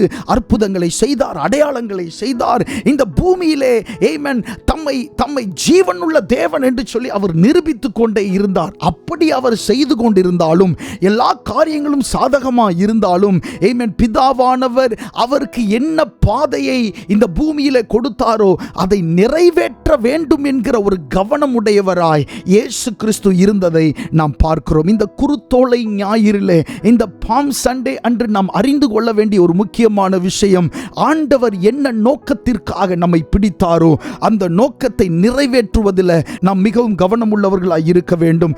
உயர்வுகள் தாழ்வுகள் வரலாம், மேடு பள்ளங்கள் வரலாம், நன்மைகள் தீமைகள் நம்முடைய வாழ்க்கையில் நடைபெறலாம். ஆனால் கிறிஸ்து இயேசு நம்மை எதற்காக பிடித்தாரோ அந்த பிடித்ததினுடைய நோக்கத்தை நிறைவேற்றுகிறதுல நம்ம மிகவும் கவனம் உள்ளவர்களாய் இருக்க வேண்டும். அப்போ நம்ம மறுபடியும் இந்த வசனத்தை வாசிக்கலாம். லூக்கா 19ஆம் அதிகாரம் 11-12 வசனங்கள். அவர்கள் இவைகளை கேட்டுக்கொண்டிருக்கையில் அவர் எருசலேமுக்கு சமீபித்திருந்தபடியினாலும் தேவனுடைய ராஜ்யம் சீக்கிரமாய் வெளிப்படும் என்று அவர்கள் நினைத்தபடியினாலும் அவர் ஒரு உவமையை சொன்னார் என்று சொல்லி எழுதப்பட்டிருக்கிறது. இப்ப நல்லா கவனிங்க, 12வது வசனத்தை நம்ம எல்லாரும் சேர்ந்து வாசிக்கலாம். லூக்கா 19ஆம் அதிகாரம் 12ஆம் வசனத்தை நம்ம சேர்ந்து வாசிக்கலாம். பிரபு ஆகிய ஒருவன் ஒரு ராஜ்யத்தை பெற்றுக்கொண்டு திரும்பி வரும்படி தூர தேசத்துக்கு புறப்பட்டான். இயேசு கிறிஸ்து ஒரு உவமையை சொல்லுகிறார். இயேசு கிறிஸ்து எங்கெல்லாம் உவமையை சொல்லுகிறாரோ அதனுடைய உட்கருத்தும் அதனுடைய ஆழமும் நாம் யோசித்தாலும் தீராத அளவிற்கு அவ்வளவு ஆழமானதாய், அத்தனை அர்த்தங்கள் நிறைந்ததாய் அவருடைய உவமைகள் என்ன செய்யும் இருக்கும். பல சூழ்நிலைகளிலே இந்த சீஷர்கள் கூட இயேசு கிறிஸ்து சொன்ன அந்த உவமையினுடைய கருத்தை அவர்கள் உணர்ந்து கொள்ளவில்லை. தனியாய் இருக்கும்போது இந்த உவமையினுடைய கருத்து என்னவென்று சொல்லி இயேசு கிறிஸ்துவின் இடத்திலே போய் அவர்கள் கேட்கிறதற்கு ஆவலாய் இருந்தார்கள். இயேசு கிறிஸ்து சொன்ன உவமைகள் எல்லாமே அவ்வளவு ஆழம் ஆழம் நிறைந்ததாய், மறைவான அர்த்தங்கள் உடையதாய், நான் மறுபடி சொல்லுகிறேன், மறைவான அர்த்தங்கள் உடையதாய் அந்த ஊமைகள் இருக்கிறதை நம்மால் பார்க்க முடியும். இந்த ஊமையை பாருங்க, அதனுடைய அந்த ஊமையினுடைய அந்த தலைப்பாக அல்லது அந்த உவமையினுடைய முன்னுரையாக ஒரு வார்த்தை சொல்லுகிறார். பிரபுவாகிய ஒருவன் ஒரு ராஜ்யத்தை பெற்றுக்கொண்டு திரும்பி வரும்படி தூர தேசத்துக்கு போக புறப்பட்டான் என்று சொல்லப்பட்டிருக்கிறது. இந்த உவமையிலே பிரபுவாகிய ஒருவன் என்று சொல்லப்பட்டிருக்கிற அந்த வார்த்தை இருக்கு பாருங்க, அது இயேசுவை காண்பிக்கிறது. அடுத்ததாக ஒரு ராஜ்யத்தை பெற்றுக்கொண்டு திரும்பி வரும்படி அப்படின்னு சொல்லப்பட்டிருக்கு பாருங்க. ஒரு ராஜ்யம் என்பது தம்முடைய ராஜ்யத்தை காண்பிக்கிறது. அடுத்ததாக கொண்டு திரும்பி வரும்படி, அங்கேயே இருக்கும்படி, அரசாட்சி செய்யும்படி, அல்லது வம்சங்கள் எடுத்து தொடர்ச்சியாய் அரசாட்சி செய்யும்படி அல்ல, பெற்றுக்கொண்டு திரும்பி வரும்படி தூர தேசம் என்பது இந்த பூமியை காண்பிக்கிறது. இயேசு கிறிஸ்து சொன்ன இந்த ஊமையினுடைய கருத்தை பாருங்க. பிரபுவாகிய ஒருவன், அதுதான் இயேசு கிறிஸ்து. அவரையே அடையாளப்படுத்துகிறார், அவர் தன்னை அடையாளப்படுத்துகிறார். பிரபுவாகிய ஒருவன் இயேசு கிறிஸ்துவாகிய தன்னை அடையாளப்படுத்துகிறார். ஒரு ராஜ்யத்தை, தம்முடைய ராஜ்யத்தை பெற்றுக்கொண்டு திரும்பி வரும்படி தூர தேசத்திற்கு போக புறப்பட்டான். பரலோகத்திலிருந்து இயேசு இந்த பூமிக்கு வந்ததை குறித்து இங்கே இயேசுவானவர் உவமையின் மூலமாக மறைபொருளாக அந்த ஜனங்களுக்கு சொல்லுகிறார். ஆமென். இயேசு கிறிஸ்து இந்த பூமியில் பிறக்கும் போதே அவர் ராஜாவாய் பிறந்தவர், அவர் ஒரு பிரபுவாய் பிறந்தவர். ஆமென். ஏரோதினிடத்தில் வந்து சாஸ்திரிகள் என்ன கேட்டார்கள்? கொஞ்சம் யோசித்து பாருங்க. ஏரோதுவின் இடத்தில் வந்து சாஸ்திரிகள் கேட்ட கேள்வி என்ன? யூதருக்கு ராஜாவாக பிறந்திருக்கிறவர் எங்கே என்று சொல்லி கேட்டார்கள். இந்த உலகத்தில் தோன்றின ராஜாக்கள் எல்லாம் பிறக்கும் போது அவர்கள் குழந்தையாகத்தான் பிறந்திருக்கிறார்கள். சூழ்நிலை நிமித்தமாக அல்லது குடும்ப காரியங்களின் நிமித்தமாக அவர்கள் ராஜாவாய் மாறி இருக்கிறார்கள். ஆனால் இயேசு கிறிஸ்து அப்படி அல்ல, அவர் பிறக்கும் போதே ராஜாவாய் பிறந்தவர். ஆமென். அந்த வசனத்தில் பாருங்க, பிரபுவாகிய ஒருவன் ஒரு ராஜ்யத்தை அப்படின்னு சொல்லப்பட்டிருக்கிறது. இயேசு கிறிஸ்து இந்த பூமியில ஊழியம் செய்ய துவங்கும் போது அவர் பிரசங்கித்து ஆரம்பித்த வார்த்தை என்ன? மனம் திரும்புங்கள், பரலோக ராஜ்யம் சமீபமாய் இருக்கிறது என்று இயேசு கிறிஸ்து பிரசங்கிக்க என்ன செய்தார்? தொடங்கினார். ஆமென். அவருடைய பிரசங்கமே, அவருடைய நற்செய்தியே, அவருடைய சுவிசேஷமே என்னவென்று சொன்னால் பரலோக ராஜ்யத்தை குறித்து இந்த இடத்திலே பேசுவதுதான். இந்த இடத்திலே வந்து பூமியின் ராஜ்யத்தை குறித்து இயேசு பேசவில்லை. பதிலாக தம்முடைய ராஜ்யமாகிய பரலோக ராஜ்யத்தை குறித்து, தேவனுடைய ராஜ்யத்தை குறித்து எங்கும் அவர் பிரசங்கித்ததை வேதத்தில் பார்க்கிறோம். இயேசு கிறிஸ்துவை ஆமென் பின்தொடருகிற அவருடைய அப்போஸ்தலர்கள், ஊழியக்காரர்கள் இன்றைக்கு வரைக்கும் பிரசங்கிப்பது என்ன? தேவனுடைய ராஜ்யத்தை குறித்து பிரசங்கிக்கிறார்கள். ஆமென். பிலிப்பு என்கிறதான ஒரு மனுஷன் அப்போஸ்தலர் நடபடிகளிலே தேவனுடைய ராஜ்யத்திற்குரியவைகளை குறித்து அவன் பிரசங்கித்தான் என்று வேதத்திலே சொல்லப்பட்டிருக்கிறது. இயேசு கிறிஸ்து பேசின அதே ராஜ்யத்தின் சுவிசேஷத்தை அவரை தொடர்ந்த அப்போஸ்தலர்கள், ஊழியர்கள் இன்றைக்கு வரைக்கும் அவர்கள் பேசிக் கொண்டிருக்கிறார்கள். இன்னும் இந்த உலகம் எத்தனை நாட்கள் நிற்குமோ அத்தனை நாட்களும் ஊழியர்கள் இயேசு பேசின அந்த ராஜ்யத்தின் சுவிசேஷத்தை தான் அவர்கள் பிரகடனப்படுத்துவார்கள், பிரசங்கிப்பார்கள். இயேசு கிறிஸ்து அந்த ராஜ்யத்தின் சுவிசேஷத்தை தான் எங்கும் பிரசங்கித்தார். ஆமென். மத்தேயு, மார்க்கு, லூக்கா, யோவான் ஆகிய சுவிசேஷ புஸ்தகங்கள்ல நீங்க வாசிக்கும் போது தேவனுடைய ராஜ்யம், பரலோக ராஜ்யம் என்று சொல்லி ராஜ்யத்தின் சுவிசேஷம் எங்கும் பிரசங்கிக்கப்பட்டிருக்கிறதை, இயேசு கிறிஸ்துவால் பிரசங்கிக்கப்பட்டிருக்கிறதை நீங்கள் வேதத்திலே பார்க்க முடியும். கர்த்தருடைய நாமம் மகிமைப்படுவதாக. பிரபுவாகிய ஒருவன், அந்த இயேசு கிறிஸ்து தன்னையே சொல்லுகிறார், ஒரு ராஜ்யத்தை, அது அவருடைய ராஜ்யம், அந்த ராஜ்யத்தை பெற்றுக்கொண்டு திரும்பி வரும்படி, அந்த ராஜ்யத்தை இந்த பூமிக்கு வந்தாதான் அவர் என்ன செய்ய முடியும்? பெற்றுக்கொள்ள முடியும். ஆதியில் ஆமென் ஆதாம் இழந்த அந்த மகிமையை, இந்த பாவத்திலே தன்னைத்தானே அவன் விற்று போட்டான். ஆனால் இயேசு கிறிஸ்து தன்னுடைய சிலுவையினாலே அந்த அதிகாரத்தை மீட்டெடுத்ததை பார்க்கிறோம். பாவத்தின் மேல் அதிகாரம், சாபத்தின் மேல் அதிகாரம், ஆமென், இப்படிப்பட்ட அதிகாரத்தை இயேசு தம்முடைய சிலுவையின் இரத்தத்தினாலே நமக்கு தருகிறார். ஆமென். இங்கே சொல்லப்பட்டிருக்கிறது, ராஜ்யத்தை பெற்றுக்கொண்டு திரும்பி வரும்படி, ராஜ்யத்தை பெற்றுக்கொண்டு மேற்கொள்ள வேண்டும் என்று சொல்லித்தான் இயேசு கிறிஸ்து திரும்பவும் வந்தார். ஆமென். எந்த பிசாசினால் ஆமென் அவருடைய ராஜ்யம் இழக்கப்பட்டதோ அதே பிசாசை சிலுவையினாலே ஆமென் சிலுவையிலே தன்னுடைய காலாலே நசுக்கி ஆமென் அந்த ராஜ்யத்தை இயேசு மீட்டுக் கொண்டார். ஹல்லேலூயா. ஆமென். அவருடைய ராஜ்யத்திற்குட்பட்டவர்கள் நாம். ஆமென். தம்முடைய அன்பின் குமாரனுடைய ராஜ்யத்திற்கு என்று வேதத்தில் சொல்லப்பட்டிருக்கிற வார்த்தை உங்களுக்கு ஞாபகம் இருக்கிறதா? ஆமென். குமாரனுடைய ராஜ்யத்திற்குள்ளாக நம்மை சேர்த்தவர் நம்முடைய ஆண்டவர். நாம் யாருடைய ராஜ்யத்திற்குட்பட்டிருக்கிறோம்? அன்பின் குமாரனுடைய ராஜ்யத்திற்குட்பட்டிருக்கிறோம். நாம் இருளின் ராஜ்யத்திற்குரியவர்கள் அல்ல, நாம் ஒளியின் ராஜ்யத்திற்குரியவர்கள். வெளிச்சத்தின் பிள்ளைகளாய் இருக்கிறோம். இயேசு என்கிற வெளிச்சத்தின் பிள்ளைகளாய் இருக்கிறோம்.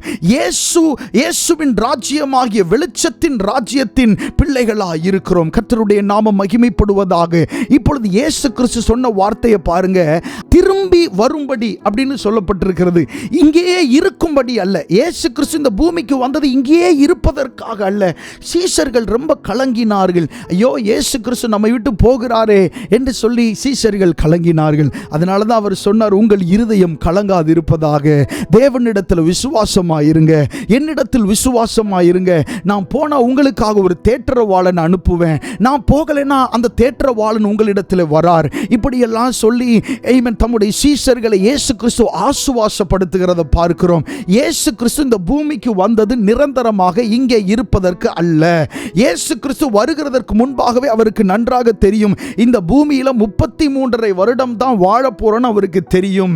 ஆமென். தெரிந்துதான் இந்த பூமிக்கு வந்தார். இழந்து போனதை தேடவும் ரட்சிக்கவும் வந்தார். தம்முடைய ராஜ்யத்தை மீட்டெடுக்கும்படி வந்தார். ஆமென். பிசாசினுடைய கைகளில் அகப்பட்டு வேதனைப்பட்டு தங்களுடைய வாழ்வை சீரழித்துக் கொண்டிருக்கிற ஜனங்களை நினைத்து எப்படியாகிலும் அவர்களை விடுதலையாக்கிவிட வேண்டும் என்று தான் இயேசு கிறிஸ்து இந்த பூமிக்கு வந்தார். கர்த்தருடைய நாம மகிமைப்படுவதாக. இயேசு கிறிஸ்து இந்த பூமியில் வந்ததுனால தான் ஆமென் பிசாசுகள் துரத்தப்படுகிறது. இயேசு கிறிஸ்து இந்த பூமிக்குள்ள வந்ததுனால தான் மாந்திரீக கட்டுகள், செய்வினை கட்டுகள் அகன்று போகிறது. இயேசு கிறிஸ்து இந்த பூமியில் வந்து சிலுவையில் நமக்காக இரத்தம் சிந்தினதுனால தான் நம்முடைய பாவங்கள் மன்னிக்கப்பட்டு இன்றைக்கு நாம் நீதிமான்களாக மாற்றப்பட்டிருக்கிறோம். நீங்கள் நினைத்து பாருங்கள், ஒருவேளை இயேசு இந்த பூமிக்கு வரவில்லை என்று சொன்னால் அவர் ஆமென் அவரால் எந்த பேயும் துரத்தப்பட்டிருக்கிறாது. ஆமென். முன்காலங்களிலே இப்படிப்பட்ட பிசாசினாலே கட்டப்பட்டவர்களை என்ன செய்வார்கள் என்று சொன்னால் வனாந்திரத்திலே போய் சங்கிலியினால் கட்டி வைப்பார்கள் அல்லது ஒரு அறைக்குள்ளே போட்டு அடைத்து வைப்பார்கள். ஆனால் இயேசு கிறிஸ்து வந்தப்போ ஆமென் சங்கிலியினால் கட்டப்பட்டிருக்கிற கல்லறையின் இடத்திற்கே, வனாந்திரத்தின் இடத்திற்கே, அந்த மனுஷன் இடத்திற்கே, பிசாசினால் கட்டப்பட்ட அந்த மனுஷன் இடத்திற்கே இயேசு தேடி சென்றார். ஐயோ, இவன் கட்டப்பட்டிருக்கிறானே, இவன் இப்படி கட்டப்பட்டு இருக்க வேண்டியவன் அல்ல, இவன் விடுதலையாக்கப்பட வேண்டியவன். ஆமென். இழந்து போன அந்த ராஜ்யம், இழந்து போனதை தேடவும் ரட்சிக்கவும் தானே இந்த பூமிக்கு நான் வந்தேன் என்று சொல்லி இயேசு கிறிஸ்து தேடி சென்று ஒவ்வொருவரையும் அவர் விடுதலையாக்கினார். நம்முடைய ஆண்டவர் விடுதலையாக்குகிறவர். ஹல்லேலூயா. நம்முடைய ஆண்டவர் கட்டுகளை அவிழ்க்கிறவர். நம்முடைய ஆண்டவர் தம்முடைய ஜனங்களை விடுதலையாக்குகிறவர். முந்தைய நாட்களிலே ராஜாக்கள், நியாயாதிபதிகள் வாழ்ந்த நாட்களில் அப்படிப்பட்ட பிசாசு துரத்துதல் எங்கேயும் இருந்ததே இல்லை. நீங்கள் வேதத்தில் பழைய ஏற்பாட்டில் அப்படி வாசித்திருக்கிறீர்களா? இல்லை. ஆமென். புதிய ஏற்பாட்டில் இந்த சுவிசேஷ புஸ்தகங்களில் மட்டும்தான் நீங்க வாசிக்க முடியும். சுவிசேஷ புஸ்தகங்கள் தொடங்கி அதை தொடர்ந்துள்ள ஆமென் நிருபங்களிலேயே நம்ம பிசாசுகளை துரத்துகிறதை குறித்து நம்ம என்ன செய்ய முடியும்? வாசிக்க முடியும். கர்த்தருடைய நாமம் மகிமைப்படுவதாக. இயேசு கிறிஸ்து இந்த பூமியிலே வந்ததினாலே நாம் விடுதலையாக்கப்பட்டிருக்கிறோம். ஆமென். இருளின் ராஜ்யத்திற்குள்ளே அகப்பட்டிருந்த நம்மை தம்முடைய அன்பின் குமாரனுடைய ராஜ்யத்திற்கு உட்படுத்தும்படி தான் இயேசு கிறிஸ்து இந்த பூமிக்கு வந்தார். கர்த்தருடைய நாமம் மகிமைப்படுவதாக. சோ அவர் திரும்பி வரும்படி அல்லது இந்த இடத்திலிருந்து திரும்பி போகும்படி தான் இயேசு கிறிஸ்து இங்கே வந்தார். இப்போ இந்த ஊமையினுடைய முதல் பாகத்தை நம்ம தியானிச்சிட்டோம். நம்ம ஏற்கனவே சொன்னது போல இந்த ஊமையினுடைய கடைசி பாகத்துக்கு வரலாம். வாசிப்போம். லூக்கா எழுதின சுவிசேஷம் 19வது அதிகாரம் 27வது வசனத்தை நம்ம வாசிக்கலாம். லூக்கா எழுதின சுவிசேஷம் 19:27.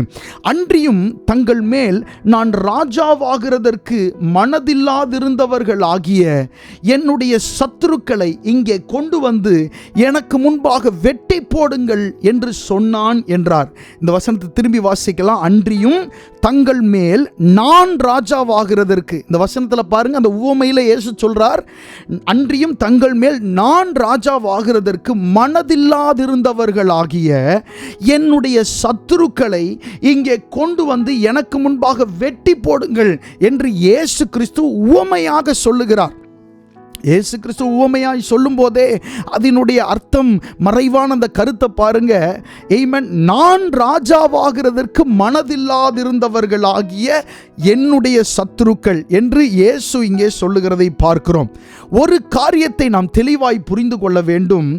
இயேசுவின் ராஜ்யம் என்பது இந்த பூமியிலே மற்ற ராஜ்யங்களைப் போல குதிரைகளையும் குதிரை வீரரையும் போர் வீரர்களையும் சம்பாதிப்பதல்ல, அல்லது இந்த நாட்களிலே இருக்கிறது போல ஒரு விமான படையோ அல்லது ஒரு போர் வீரர்களின் படையோ அல்லது அந்தந்த நாட்களினுடைய ஏவுகணைகளின் படையோ வைத்து இயேசு கிறிஸ்துவின் ராஜ்யம் ஸ்தாபிக்கப்படவில்லை. இயேசு கிறிஸ்துவின் ராஜ்யம் இந்த உலகத்திற்குரிய ராஜ்யம் அல்ல. இயேசு கிறிஸ்துவின் ராஜ்யம் அது ஒரு ஆவிக்குரிய ராஜ்யமாக இருக்கிறது. அது பரலோக ராஜ்யத்தினுடைய தாக்கமுடையதாக இருக்கிறது. அந்த ராஜ்யம் வெளிப்படையான மாற்றத்தை ஜனங்களுக்குள்ளே கொண்டு வருகிறதா இருக்கிறது. இயேசுவின் ராஜ்யம் என்பது இந்த பூமிக்குரிய ராஜ்யமே அல்ல. ஆமென். அது பரலோகத்தினுடைய தாக்கம் நிறைந்த ஒரு ராஜ்யமாக இருக்கிறது. கர்த்தருடைய நாமம் மகிமைப்படுவதாக. இந்த வசனத்தில் சொல்லப்பட்டிருக்கிறது, நான் ராஜாவாகிறதற்கு மனதில்லாதிருந்தவர்களாகிய என்னுடைய சத்துருக்கள். இயேசு கிறிஸ்து இந்த பூமிக்கு வரும்போதே அவர் ராஜா, நம்ம ஏற்கனவே கேள்விப்பட்டது போல. அப்படி இருந்தாலும் கூட அநேகர் இயேசுவை ராஜா என்று ஏற்றுக்கொள்ளவில்லை. நிறைய பேர் இயேசுவை என்னவென்று ஏற்றுக்கொள்ளவில்லை, அவர் ராஜா என்று ஏற்றுக்கொள்ளவில்லை. அவர்கள்லாம் யார் அப்படின்னு சொன்னா, இயேசுவே சொல்லுகிறார், என்னுடைய சத்துருக்கள் அப்படின்னு சொல்லுகிறார்.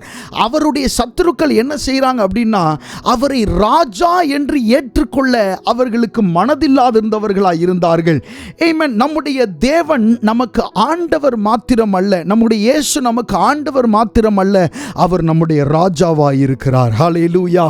ஆமென். நம்முடைய இயேசு கிறிஸ்து நமக்காய் இந்த பூமிக்கு வந்து இரத்தம் சிந்தின இயேசு கிறிஸ்து அவர் நமக்கு ஆண்டவர் மாத்திரம் அல்ல, அவர் நமக்கு கர்த்தர் மாத்திரம் அல்ல, அவர் நம்முடைய ராஜாவாய் இருக்கிறார். ஹல்லேலூயா.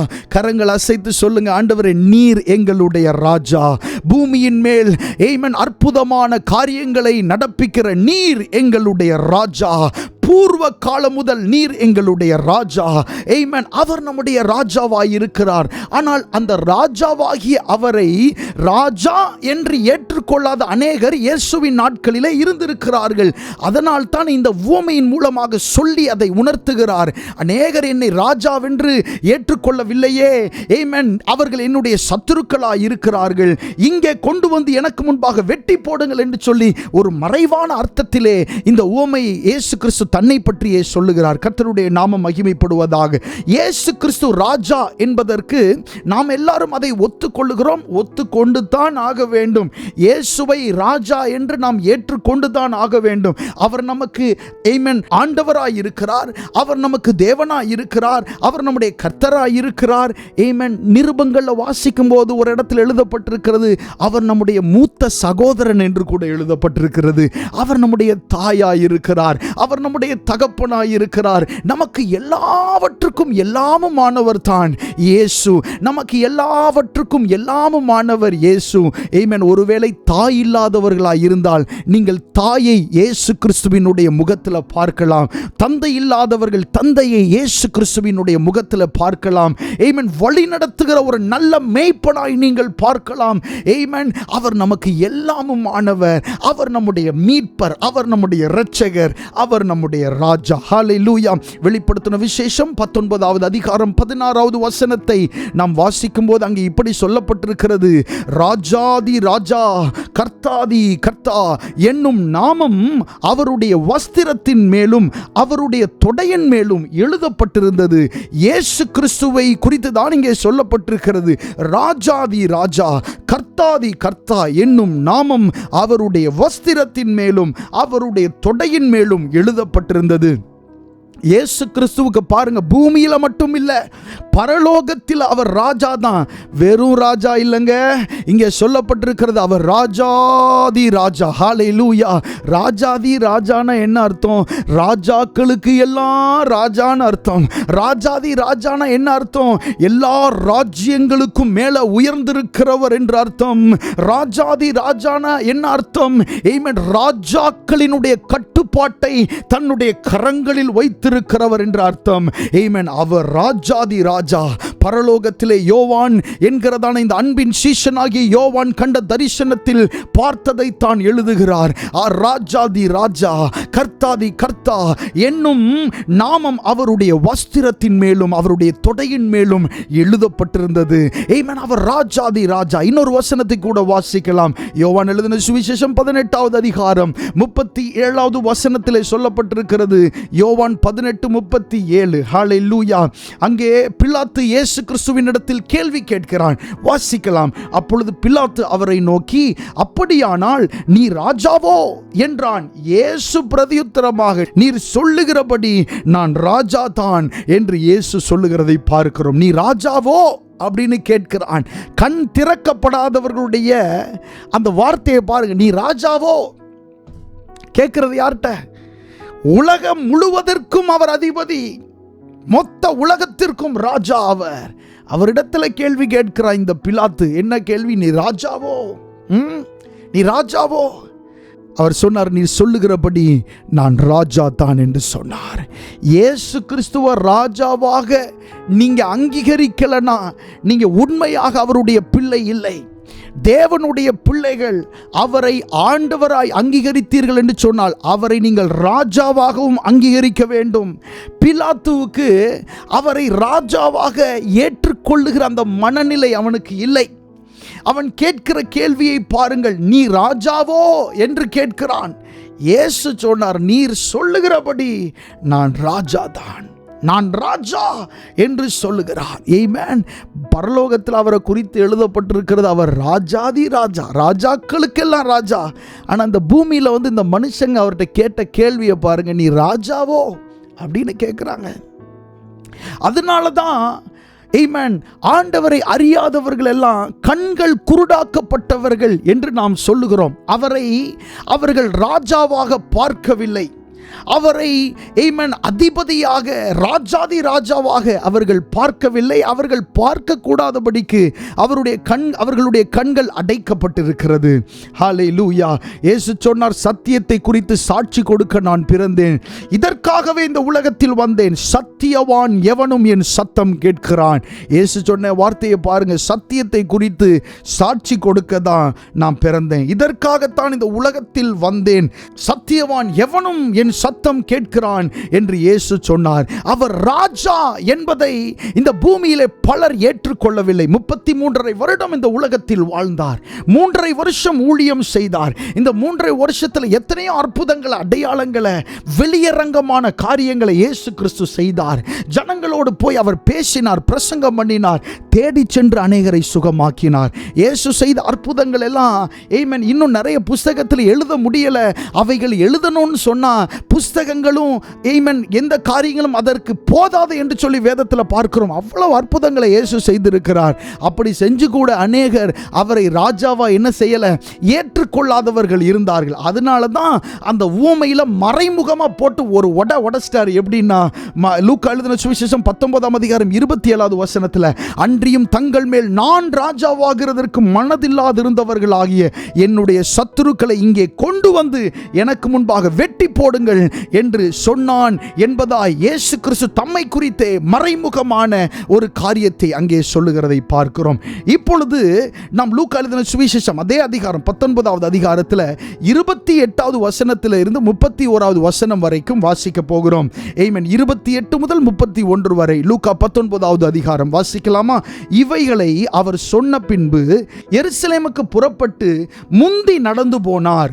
அவர் ஒலிவமலை எனப்பட்ட மலையின் அருகான பெத்பகே, பெத்தானியா என்னும் ஊர்களுக்கு சமீபித்த போது தம்முடைய சீஷரில் 2 பேரை நோக்கி, உங்களுக்கு எதிரே இருக்கிற கிராமத்துக்கு போங்கள், அங்கே பிரவேசிக்கும் போது மனுஷரில் ஒருவனும் ஒரு காலும் ஏறியிராத கழுதை குட்டியை கட்டி கட்டி இருக்க காண்பீர்கள், அதை அவிழ்த்து கொண்டு வாருங்கள். அதை ஏன் அவிழ்க்கிறீர்கள் என்று யாராவது உங்களிடத்தில் கேட்டால் இது ஆண்டவருக்கு வேண்டும் என்று சொல்லுங்கள் என்றார். பாருங்க, இப்ப இயேசு கிறிஸ்து லூக்கா எழுதின சுவிசேஷத்தை நம்ம வாசிக்கும் போது நம்ம ஏற்கனவே கேட்டபடி கிரமப்படி நம்ம அதை பார்க்கிறோம். சகேயுவின் சம்பவம் எழுதப்பட்டிருக்கிறது. அவனுடைய வீட்டில் நடந்த அந்த காரியத்திற்கு அப்புறமாக இயேசு கிறிஸ்து ஒரு ஊமையை சொல்லுகிறார். அந்த ஊமையை முடித்த அந்த நேரத்திலே இப்ப இயேசு கிறிஸ்து எருசலேமுக்கு போக அவர் ஆயத்தமாகிவிட்டார். ஆமென். 28வது வசனத்தில் சொல்லப்பட்டிருக்கிறது, எருசலேமுக்கு புறப்பட்டு முந்தி நடந்து போனார். சிலுவையில் அறையப்படத்தான் போறாருன்னு அவருக்கு தெரியும். சிலுவையில் அறைவதற்காகத்தான் இன்றைக்கு கொண்டு போகப்படுகிறோம், நாம் அங்கே போகிறோம் என்று இயேசுவுக்கு நன்றாய் தெரியும். ஆனால் வேதம் சொல்லுகிறது எருசலேமுக்கு புறப்பட்டு முந்தி நடந்து போனார் அப்படின்னு சொல்லி எழுதப்பட்டிருக்கிறது. பிரியமானவர்களே, இந்த பூமியில ஆண்டவர் நமக்காக வைத்திருக்கிற நோக்கத்தை நிறைவேற்றுகிறதுல நம்ம ரொம்ப கவனம் உள்ளவர்களாக இருக்கணும். நம்முடைய வாழ்க்கையில எவ்வளவு காரியங்கள் நடந்தாலும் தேவனுடைய நோக்கத்தை நிறைவேற்றுகிறதுல நம்ம முந்தி நடக்கிறவர்களாக இருக்க வேண்டும். தேவனுடைய திட்டத்தை செயல்படுத்துவதில் நம்ம முந்தி நடக்கிறவர்களாக இருக்க வேண்டும். இயேசு கிறிஸ்து முந்தி நடந்து போறார்ல, ஆமென். அங்கே எல்லாம் சாதகமாவா இருக்க போகுது. ஒரே ஒரு நாள் இந்த ஜனங்கள் ஓசன்னா என்று பாட போகிறார்கள். இன்றைக்கு ஓசன்னா பாடி நாளைக்கு சிலுவையில் அறையுங்கள் என்று இந்த ஜனங்களே கூக்குரலிடத்தான் போகிறார்கள். அதையும் இயேசு கிறிஸ்து அறிந்திருந்தார். அதையெல்லாம் அறிந்துதான் அவர் முந்தி நடந்து போகிறார். தேவனுடைய திட்டத்தை இந்த பூமியில செயல்படுத்துகிறதற்கு இயேசு கிறிஸ்து முந்தி நடக்கிறவராய் இருந்தார். ஹல்லேலூயா. தேவனுடைய நோக்கத்தை நிறைவேற்றுகிறதுல நமக்கு இழப்புகள் வருகிறதா இருக்கலாம். தேவனுடைய நோக்கத்தை நிறைவேற்றுகிறதுல நமக்கு ஏளனங்கள், பரியாசங்கள் வைக்கப்பட்டிருக்கலாம். அப்படி வைக்கப்பட்டிருந்தாலும் தேவ பிள்ளைகளாகிய நாம் தேவனுடைய நோக்கத்தை செய்கிறதுல நாம் முந்தி நடக்கிறவர்களாய் இருக்க வேண்டும். ஹல்லேலூயா. சில நேரங்கள் ஆண்டவர் சில காரியங்களை உங்களிடத்தில் சொல்லுவார். சொன்ன காரியத்தை நீங்க செய்ய முற்படும் போது அதில் ஏளன பேச்சுகள் வரும், அதில் சில இழப்புகள் வரும், அதில் சில கால தாமதங்கள் வரலாம். அப்படி வருகிறதுனால நீங்க சோர்ந்து போய் ஐயோ இது தேவனுடைய சித்தம் இல்லைன்னு நீங்க பின்னிட்டு திரும்ப வேண்டிய அவசியம் இல்லை. இயேசு கிறிஸ்துவை பாருங்க, அவர் முந்தி நடந்தார் அப்படின்னு சொல்லப்பட்டிருக்கிறது. ஹல்லேலூயா. அவர் முந்தி நடந்தார். தேவனுடைய நோக்கத்தை நிறைவேற்றுகிறதுல, பிதாவின் சித்தத்தை நிறைவேற்றுகிறதுல இயேசு கிறிஸ்து முந்தி நடக்கிறவராயிருந்தார். ஹல்லேலூயா. கர்த்தருடைய நாமம் மகிமைப்படுவதாக. அது மட்டுமல்ல, 29வது வசனத்தில் சொல்லப்பட்டிருக்கிறது, அவர் ஒலிவ மலை எனப்பட்ட மலையின் அருகான பெத்பகே, பெத்தானியா என்னும் ஊர்களுக்கு சமீபித்த போது, பெத்தானியா ஊர் இயேசு கிறிஸ்துக்கு ரொம்ப பிடிச்ச ஊர். ஏன்னா அங்கதான் லாசரு, மரியாள், மார்த்தாளுடைய வீடு இருக்கிறது. இந்த பெத்தானியா, ஆமென், இந்த கிராமத்திற்கு வரும்போதெல்லாம் ஆமென் அவர்களுடைய வீட்டை சந்தித்து விட்டு போவது இயேசுவுக்கு வழக்கம். அடிக்கடியா இந்த பெத்தானியா வழியா இயேசு கிறிஸ்து வருகிறது உண்டு. அந்த ஊர்களுக்கு அவர் சமீபித்த போது தம்முடைய சீஷர்களை பார்த்து இயேசு கிறிஸ்து சொல்லுகிறார். 30வது வசனத்தில் சொல்லப்பட்டிருக்கிறது, உங்களுக்கு எதிரே இருக்கிற கிராமத்துக்கு போங்கள், அதிலே பிரவேசிக்கும் போது மனுஷரில் ஒருவனும் ஒரு காலும் ஏறியிராத கழுதை குட்டியை கட்டி இருக்க காண்பீர்கள் அப்படின்னு சொல்லி இயேசு கிறிஸ்து அனுப்புகிறார். எதிரே இருக்கிற கிராமத்திற்கு போங்க, அதில் நீங்கள் பிரவேசிக்கும் போது மனுஷரில் ஒருவனும் ஒரு காலும் ஏறியிராத கழுதை குட்டியை கட்டி இருக்க காண்பீர்கள் அப்படின்னு இயேசு கிறிஸ்து சொல்லுகிறத பார்க்கிறோம். ஒரு காரியமாய் தம்முடைய பிள்ளைகளை ஆண்டவர் அனுப்பும்போது அந்த காரியத்தில் இருக்கிற கஷ்டத்தையும் ஆண்டவர் என்ன செய்திருக்கிறார், அறிந்திருக்கிறார். இப்போ இயேசு கிறிஸ்து தம்முடைய சீஷர்கள் 2 பேரை கூப்பிட்டு அனுப்புகிறார். இந்த எதிரே இருக்க கிராமத்துக்கு போங்க, அங்கே போய் அங்கே இருந்து கழுதை ஒன்று கட்டப்பட்டிருக்கும், கழுதையும் கழுதை குட்டியும் கட்டப்பட்டிருக்கும். அந்த கட்டப்பட்டிருக்கிற அந்த கழுதை குட்டியை நீங்கள் அவிழ்த்து இங்கே கொண்டு வாங்க அப்படின்னு சொல்லி அனுப்புகிறாரு. போகிற இடத்துல அது கட்டப்பட்டதாக இருக்கும் என்றும் இயேசு கிறிஸ்து என்ன செய்திருந்தார், அறிந்திருந்தார். ஒரு காரியத்தை ஆண்டவர் உங்களுக்கு சொல்லும்போது அல்லது ஒரு வேலையை ஆண்டவர் உங்களுக்கு கொடுக்கும்போது அந்த வேலையில் எவ்வளவு கடினம் இருக்கும் அப்படின்றது உங்களுக்கு தெரியறதுக்கு முன்பாகவே அவருக்கு ரொம்ப நல்லா தெரியும். அந்த அந்த வேலையிலே பிரச்சனைகள் உண்டு அப்படின்றது ஆண்டவருக்கு தெரியும். அவர் என்ன தெரியாமலா உங்களை அனுப்பினார்? தெரிஞ்சுதான் உங்களை என்ன செய்திருக்கிறார்? அனுப்பினார். இஸ்ரவேல் ஜனங்கள் வனாந்திரத்திலே எகிப்தை விட்டு அவர்கள் வனாந்திரத்தில் வந்தபோது செங்கடலுக்கு நேராக அவர்களை வழி நடத்துகிறார். அங்க வழியே இல்லை, ஆனா தம்முடைய ஜனங்களை அது வழியா தான் போகணும்னு சொல்லி வழி நடத்துகிறார். இந்த ஜனங்கள் எல்லாம் அலறுகிறார்கள், கூக்குரலிடுகிறார்கள். ஐயோ, நாங்கள் எகிப்திலே இருந்திருக்கலாமே என்று சொல்லி ஜனங்கள் அலறிக்கொண்டிருக்கிறார்கள்.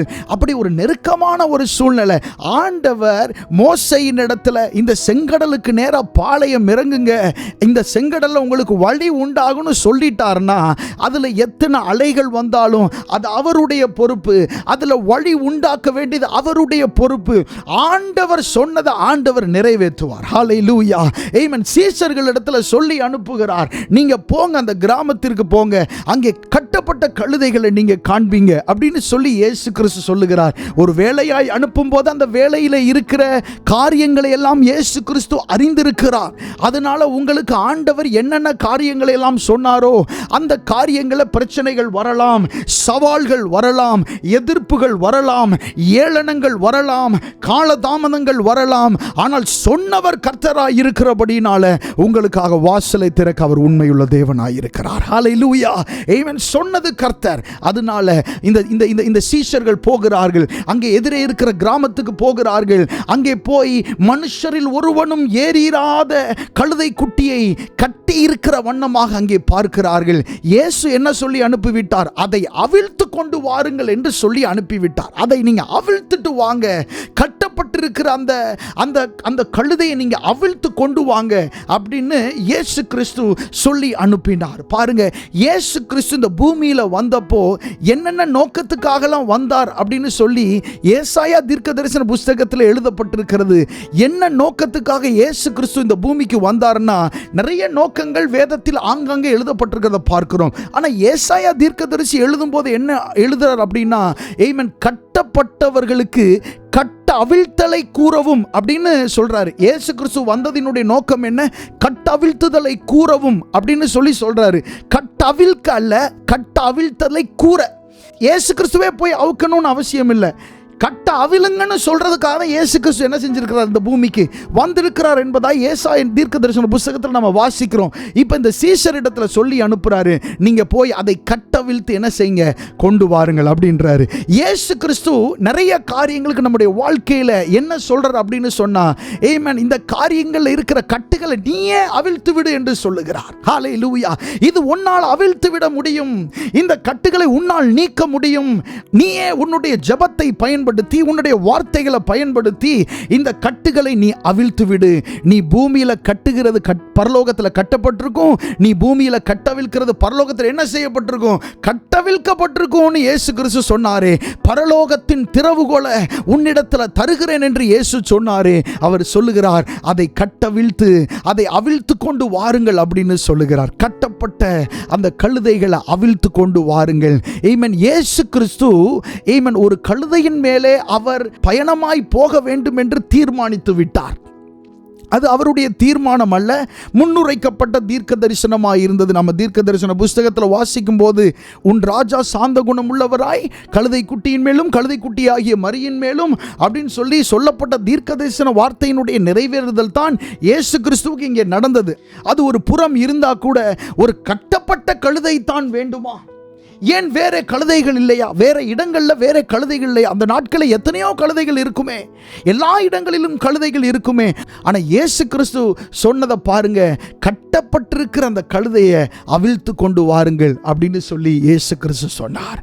கட்டப்பட்டிருக்கிற கழுதையின் மேல உட்கார்ந்து தான் பயணப்படணும் அப்படின்னு சொல்லி இயேசு கிறிஸ்து விரும்புகிறார். நீங்க கட்டுகளோட இருக்கிறதுனால உங்களை இயேசு வேண்டாம் என்று சொல்ல மாட்டார். நீங்க கட்டுகளோட இருக்கிறதுனால நீ எனக்கு தேவையில்லை என்று இயேசு சொல்ல மாட்டார். நீ கட்டுகளோடு இருக்கிறதுனால உன்னுடைய வாழ்க்கை அவ்வளவுதான் சொல்ல மாட்டார். உன்னுடைய கட்டுகளை அவிழ்க்கிறதற்கு அவர் ஆள் அனுப்புவார். ஹல்லேலூயா. வேதத்தில் சொல்லப்பட்டிருக்கிறது, ராஜா ஆள் அனுப்பி அவனை கட்டவிழ்க்க சொன்னான். யோசேப்பின் மேல் போடப்பட்ட கட்டுகளை ஆமென் ராஜா ஆள் அனுப்பி கட்டுகளை அவிழ்த்தான். ஆமென். இயேசு கிறிஸ்து உங்கள் மேல் போடப்பட்டிருக்கிற கட்டுகளை ஆள் அனுப்பி இதோ அவிழ்க்கிறார். நீங்கள் கட்டப்பட்டவர்கள் அல்ல, நீங்கள் இயேசு கிறிஸ்துவை சுமந்து திரிகிறவர்கள். நீங்கள் கட்டப்பட்டவர்கள் அல்ல, இயேசுவை ஆமென் நீங்கள் பிரகடனப்படுத்துகிறவர்கள், பிரஸ்தாபம் பண்ணுகிறவர்கள், இயேசுவை அறிவிக்கிறவர்கள். ஹல்லேலூயா. இயேசுவின் நாமத்திற்காக வாழுகிறவர்கள். நீங்கள் கட்டப்பட்டிருக்க வேண்டிய நேரமும் நாட்களும் இது அல்ல. நீங்கள் கட்டவிழ்க்கப்பட வேண்டிய ஒரு நாள் உங்களுக்காய் வந்திருக்கிறது. இந்த நாட்களில் நீங்கள் கட்டவிழ்க்கப்பட வேண்டும். இன்றைக்கு நீங்கள் கட்டவிழ்க்கப்பட வேண்டும். எதற்காக? இயேசு கிறிஸ்து உட்கார்ந்து பயணம் பண்ணுவதற்காக, இயேசு கிறிஸ்துவினுடைய பயன்பாட்டிற்காக நீங்கள் கட்டவிழ்க்கப்படுகிறீர்கள். ஆமென். சத்துருவினுடைய கட்டு, பாவ கட்டு, சாப கட்டு, மந்திர கட்டு, செய்வினை கட்டு, ஆமென் ஸ்தோத்திரம். இந்த உலகத்தில் எத்தனை விதமான கட்டுகள் இருக்கிறதோ, எப்படிப்பட்ட கட்டுகளினால நீங்க கட்டப்பட்டிருந்தாலும் ராஜாவாகிய இயேசு இதோ ஆள் அனுப்புகிறார். இனி நீங்கள் கட்டப்பட்டவர்கள் அல்ல, நீங்கள் விடுதலையாக்கப்பட்டவர்கள். ஹல்லேலூயா. இயேசு உங்களை விடுதலையாக்கும்படி இதோ ஆள் அனுப்புகிறார், உங்களை விடுதலையாக்குகிறார். நீங்கள் கட்டப்பட்டவர்கள் அல்ல. இயேசு அவர்களை சீஷர்கள் அனுப்பினார். ஆமென். நீங்கள் போய் அதை அவிழ்த்து கொண்டு வாருங்கள். நான் அந்த கழுதையின் மேல் உட்கார்ந்து நான் பயணமாய் வர வேண்டும். ஆமென். நீங்கள் அப்படி அவிழ்க்கும் போது அதை சிலர் கேட்பார்கள், ஏன் இதை அவிழ்க்கிறீர்கள் என்று கேட்பார்கள். ஏன் இது அவிழ்க்கப்பட வேண்டும்? ஆமென். நீங்கள் கட்டுகளோடு இருக்க வேண்டும் என்று தான் சத்ரு எப்பொழுதும் விரும்புகிறான். நீங்கள் கட்டுகளோடே இருக்க வேண்டும், பாரத்தோடே இருக்க வேண்டும் என்று தான் சத்ரு எப்பொழுதுமே ஆமென் அவன் பார்த்து கொண்டே இருப்பான். ஆனால் ஆண்டவர் நீங்கள் கட்டுகளோடு இருக்க வேண்டும் என்று விரும்புகிறவர் அல்ல. ஆமென். இந்த கழுதை குட்டியை போய் அவர்கள் அவிழ்க்க போன பொழுது அங்கே அவர்கள் கேட்டார்கள், ஏன் அதை அவிழ்க்கிறீர்கள்? கட்டப்பட்டிருக்கிறது விடுதலையாக்கப்படக்கூடாதா? ஏன் அதை அவிழ்க்கிறீர்கள் என்று அவர்கள் கேட்பார்கள். கேட்கும் போது என்ன சொல்லணும்னு இயேசு கிறிஸ்து சொல்லி கொடுத்தார். என்ன தெரியுமா? இது ஆண்டவருக்கு வேணும். ஆமென். ஹல்லேலூயா. இந்த கழுதை ஆண்டவருக்கு வேணும். ஆமென். கட்டப்பட்டிருக்கிற இந்த மனுஷன் ஆண்டவருக்கு வேணும். கட்டப்பட்டிருக்கிற இந்த ஸ்திரீ ஆண்டவருக்கு வேணும். ஆமென். பாவ கட்டுகளினால நீங்க கட்டப்பட்டிருக்கலாம். இன்னைக்கு ஆண்டவர் சொல்லுகிறார், நீ எனக்கு வேணும். ஹல்லேலூயா. ஆமென். நீங்கள் ஆண்டவருக்கு தேவை. ஹல்லேலூயா. ஆமென். நீங்கள் ஆண்டவருக்கு தேவை. கட்டுகளோட இருக்கிற உங்களை பார்த்துதான் ஆண்டவர் சொல்லுகிறார், நீ எனக்கு தேவை என்று ஆண்டவர் சொல்லுகிறார். உங்களுடைய கட்டுகள் எல்லாம் அவர் மாற்றுவார். கட்டுகள் எல்லாம் அவர் மாற்றுவார். மடங்கடிக்கப்பட்டவர்களை தூக்கி விடுகிற தேவன். ஆமென். கொலைக்கு நியமிக்கப்பட்டவர்களை விடுதலையாக்குகிறவர். ஆமென். கட்டுகளோடு இருக்கிற ஜனங்களை பார்த்து அதே கட்டுகளோடு இருக்கட்டும் என்று விட்டு போகிறவர் அல்ல. ஆமென். ஒரு மனிதனை குறித்து ஆமென் வேதத்தில் வாசிக்கிறோம். அந்த கெனசரேத்து அந்த இடத்திலே ஒரு மனுஷன் கட்டப்பட்டிருந்தான். பாருங்க, இந்த மனுஷன் அந்த கல்லறைகளிலே குடியிருக்கிற ஒரு மனுஷனாக இருந்தான். அவனை சங்கிலிகளினாலே கட்ட முயற்சித்தாலும் அவனை கட்ட முடியாமல் அந்த ஜனங்கள் பாருங்க, அந்த சங்கிலிகளை கூட அவன் அதை உடைத்து விடுவான். அப்படிப்பட்ட ஒரு கட்டு அவனுக்குள்ளே இருந்தது. அப்படிப்பட்ட ஒரு பிசாசின் கட்டு அவனுக்குள்ளே இருந்தது. அவனை தேடி சென்று போய் இயேசு அவனை விடுவித்ததை நாம் வேதத்தில் பார்க்கிறோம். அவன் தேடி வரல. ஆமென். அவனை தேடி ஏசப்பா போயிட்டாரு. அவன் தேடி வரலங்க, அவனை தேடி தான் ஏசப்பா போனாரு. நீங்க இயேசுவை தேடி வரல, உங்களை தேடி தான் ஏசப்பா வந்தாரு. ஹல்லேலூயா.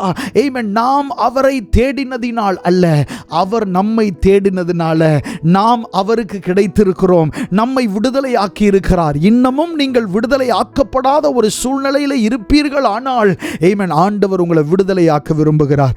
ஒரு காரியத்தை உங்களுக்கு நான் நினைவுபடுத்த விரும்புகிறேன். அப்போஸ்தலர் நடபடிகளில் அந்த வசனத்தை வாசிக்க வேண்டாம். பிலிப்பு என்கிறதான ஒரு தேவ மனுஷன் போய் ஆமென் கர்த்தருடைய ராஜ்யத்தின் சுவிசேஷத்தை ஆமென் ஒரு பட்டணத்திலே அவன் பிரசங்கித்தான். அப்படி பிரசங்கித்த போது மாயவித்தைக்காரன் ஆகிய ஒரு மனுஷன் இயேசுவை ஏற்றுக்கொண்டான். இயேசுவை ஏற்றுக்கொண்ட பின்பு அவன் ஞானஸ்நானம் பெற்றான். இயேசுவை ஏற்றுக்கொண்டான், ஞானஸ்நானம் பெற்றான். அப்புறம் அதே பட்டணத்திற்கு மற்ற சீஷர்கள் வருகிறார்கள். வந்து பார்க்கும் பொழுது இந்த சீமோனை குறித்து அவர்கள் கண்ட விஷயம் என்னவென்று சொன்னால், அவன் பாவக்கட்டில் கட்டில் அகப்பட்டிருக்கிறவனாக அவனை பார்த்தார்கள். இயேசு யார் என்று அவனுக்கு தெரியும். ஆமென். ஞானஸ்நானம் எடுத்தவன், ஆனால் அவனுக்குள்ளே பாவ கட்டுகள் இருந்ததை அந்த சீஷர்கள் பார்க்கிறார்கள். பாருங்க, ஒரு மனுஷன் இயேசுவை யார் என்று அறிந்த பின்பும் அடுத்ததாக ஞானஸ்நானம் பெற்ற பின்பும் அவன் பாவ கட்டுகளில் இருக்கிறதற்கான வாய்ப்பு இருக்கிறது. ஆமென். ஒருவேளை நீங்கள் அதை மற்றவர்களிடத்தில் சொல்ல முடியாமல் இருக்கலாம், ஆனால் மறைவாக அந்த கட்டுகளோடு நீங்கள் போராடி கொண்டிருக்கலாம். அப்படிப்பட்ட கட்டப்பட்டிருக்கிற உங்களுக்காகத்தான் ஆண்டவர் இன்றைக்கு பேசுகிறார். ஆமென். உங்களை அவிழ்க்கும்படி ஆண்டவர் ஆள் அனுப்புகிறார். ஹல்லேலூயா. ஆமென். கட்டப்பட்டிருக்கிற அந்த கழுதைகள் அவிழ்க்கப்படும்படி ஆண்டவர் ஆள் அனுப்பினது போல, ஆமென், யோசேப்பு கட்டப்பட்டிருந்தானே பல வருஷங்கள், அவனை ஆமென் ஆள் அனுப்பி அவனை விடுதலை பண்ணினது போல உங்களை ஆண்டவர் ஆள் அனுப்பி விடுதலையாக்குகிறார். நீங்கள் கட்டப்பட்டவர்கள் அல்ல, நீங்கள் கட்டுகள் உடையவர்களும் அல்ல, ஆண்டவர் உங்களை விடுதலையாக்குகிறார். ஹல்லேலூயா. கர்த்தருடைய நாமம் மகிமைப்படுவதாக. அதை ஏன் அவிழ்க்கிறீர்கள் என்று யாராவது கேட்டால் அது ஆண்டவருக்கு வேண்டும் என்று சொல்லுங்கள். இது ஆண்டவருக்கு வேணும். ஏன் இந்த காரியங்கள் அவிழ்க்கப்படுகிறது? இது ஆண்டவருக்கு வேண்டும். ஆமென். ஹல்லேலூயா. லூக்கா எழுதின சுவிசேஷம் 19வது அதிகாரம் 32 39 முதல் நம்ம வாசிக்கும் போது அங்கே சொல்லப்பட்டிருக்கிறது, அனுப்பப்பட்டவர்கள் போய் தங்களுக்கு அவர் சொன்னபடியே கண்டார்கள். ஹல்லேலூயா. கழுதை குட்டியை அவர்கள் அவிழ்க்கும் போது அதற்கு உடையவர்கள், குட்டியை ஏன் அவிழ்க்கிறீர்கள் என்று கேட்டார்கள். அதற்கு அவர்கள், அது ஆண்டவருக்கு வேண்டும் என்று சொல்லி அதை இயேசுவினிடத்தில் கொண்டு வந்து தங்கள் வஸ்திரங்கள் அதன் மேல் போட்டு இயேசுவை அதன் மேல் ஏற்றினார்கள். அவர்கள் போகையில் அவர்கள் தங்கள் வஸ்திரங்களை வழியிலே விரித்தார்கள். அவர் ஒலிவமலையின் அடிவாரத்துக்கு சமீபமாய் வருகையில் திரளான கூட்டமாகிய சீஷர் எல்லாரும் தாங்கள் கண்ட சகல அற்புதங்களையும் குறித்து சந்தோஷப்பட்டு, கர்த்தருடைய நாமத்தினாலே வருகிற ராஜா ஸ்தோத்தரிக்கப்பட்டவர், பரலோகத்திலே சமாதானமும் உன்னதத்திலே மகிமையும் உண்டாவதாக என்று மிகுந்த சத்தத்தோடே தேவனை புகழ்ந்தார்கள். ஹல்லேலூயா. ஆமென். அப்பொழுது கூட்டத்தில் இருந்த பரிசேயரில் சிலர் அவரை நோக்கி, போதகரே, உம்முடைய சீஷரை அதட்டும் என்றார்கள். இயேசு கிறிஸ்துவ ராஜான்னு சொல்லுகிறத அங்க இருக்கிற பரிசேயரில் சிலர் என்ன செய்யல? ஏற்றுக்கொள்ளவே இல்லை. எப்படி நீங்க இவரை ராஜான்னு சொல்றீங்க அப்படின்னு சொல்லி அவர்கிட்டயே போய் சொல்றாங்க இயேசு கிறிஸ்துவின் இடத்தில், போதகரே, அவர்களை உம்முடைய சீஷரை அதட்டும் என்று சொல்லி அவர்கள் சொல்லுகிற வார்த்தை அங்கே எழுதப்பட்டிருக்கிறது. 40வது வசனத்தில் இயேசு சொல்லுகிறார், அவர்களுக்கு அவர் பிரதியுத்தரமாக, இவர்கள் பேசாமல் இருந்தால் கல்லுகளே கூப்பிடும் என்று உங்களுக்கு சொல்லுகிறேன் என்றார். ஹல்லேலூயா. இவங்க பேசாம இருந்தாங்கன்னா கல்லுகளே சத்தமா கூப்பிடுமே. ஆமென். இவங்க அமைதியா இருந்தா வாயில்லாத கல்லுகள் கூட கூப்பிட்டு சொல்லும். அதுகளுக்கு கூட தெரியும், அந்த கல்லுகளுக்கு கூட தெரியும் நான் ராஜா என்று, ஆனால் உங்களுக்கு தெரியவில்லையே என்று சொல்லி இயேசு சொல்லுகிறதை தான் இங்கே நாம் பார்க்கிறோம். ஹல்லேலூயா.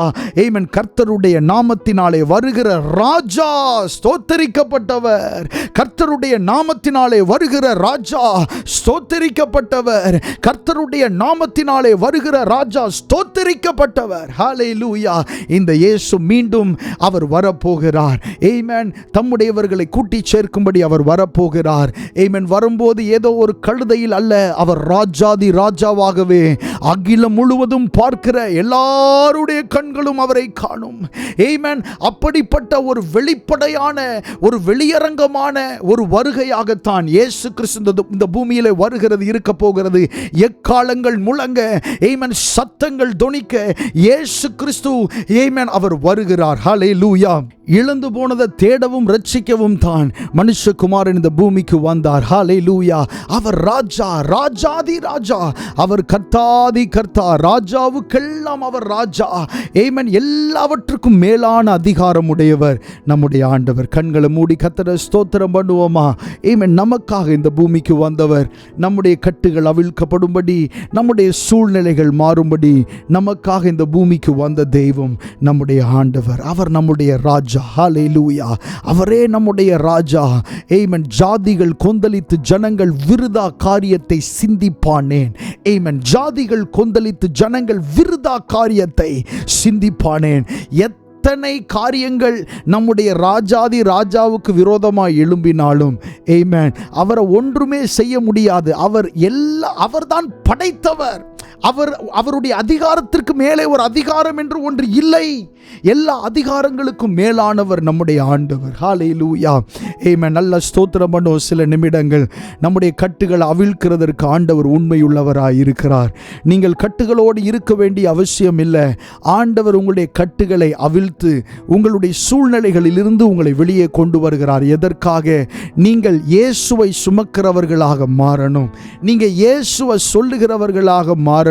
நீங்க இயேசுவை பிரஸ்தாபம் பண்ணுகிறவர்களாக மாறணும். அப்படிப்பட்டவர்களாய் நீங்கள் மாற வேண்டும் என்று சொல்லி ஆண்டவர் உங்களை குறித்து எதிர்பார்க்கிறார். ஹல்லேலூயா. நன்றி செலுத்துகிறோம் ஆண்டவரே, நன்றி செலுத்துகிறோம் அப்பா. பரிசுத்த ஆவியானவரே, உமக்கு நாங்கள் நன்றி செலுத்துகிறோம். உம்முடைய கிருபைக்காக நன்றி, உம்முடைய இரக்கத்திற்காக நன்றி செலுத்துகிறோம் ஆண்டவரே. அப்பா, நீர் எங்களுடைய ராஜா, நீர் எங்களுடைய கர்த்தர், நீர் எங்களுடைய தெய்வம் ஆண்டவரே. நீர்தான் எங்களுக்கு எல்லாமாய் இருக்கிறீர். ஹல்லேலூயா.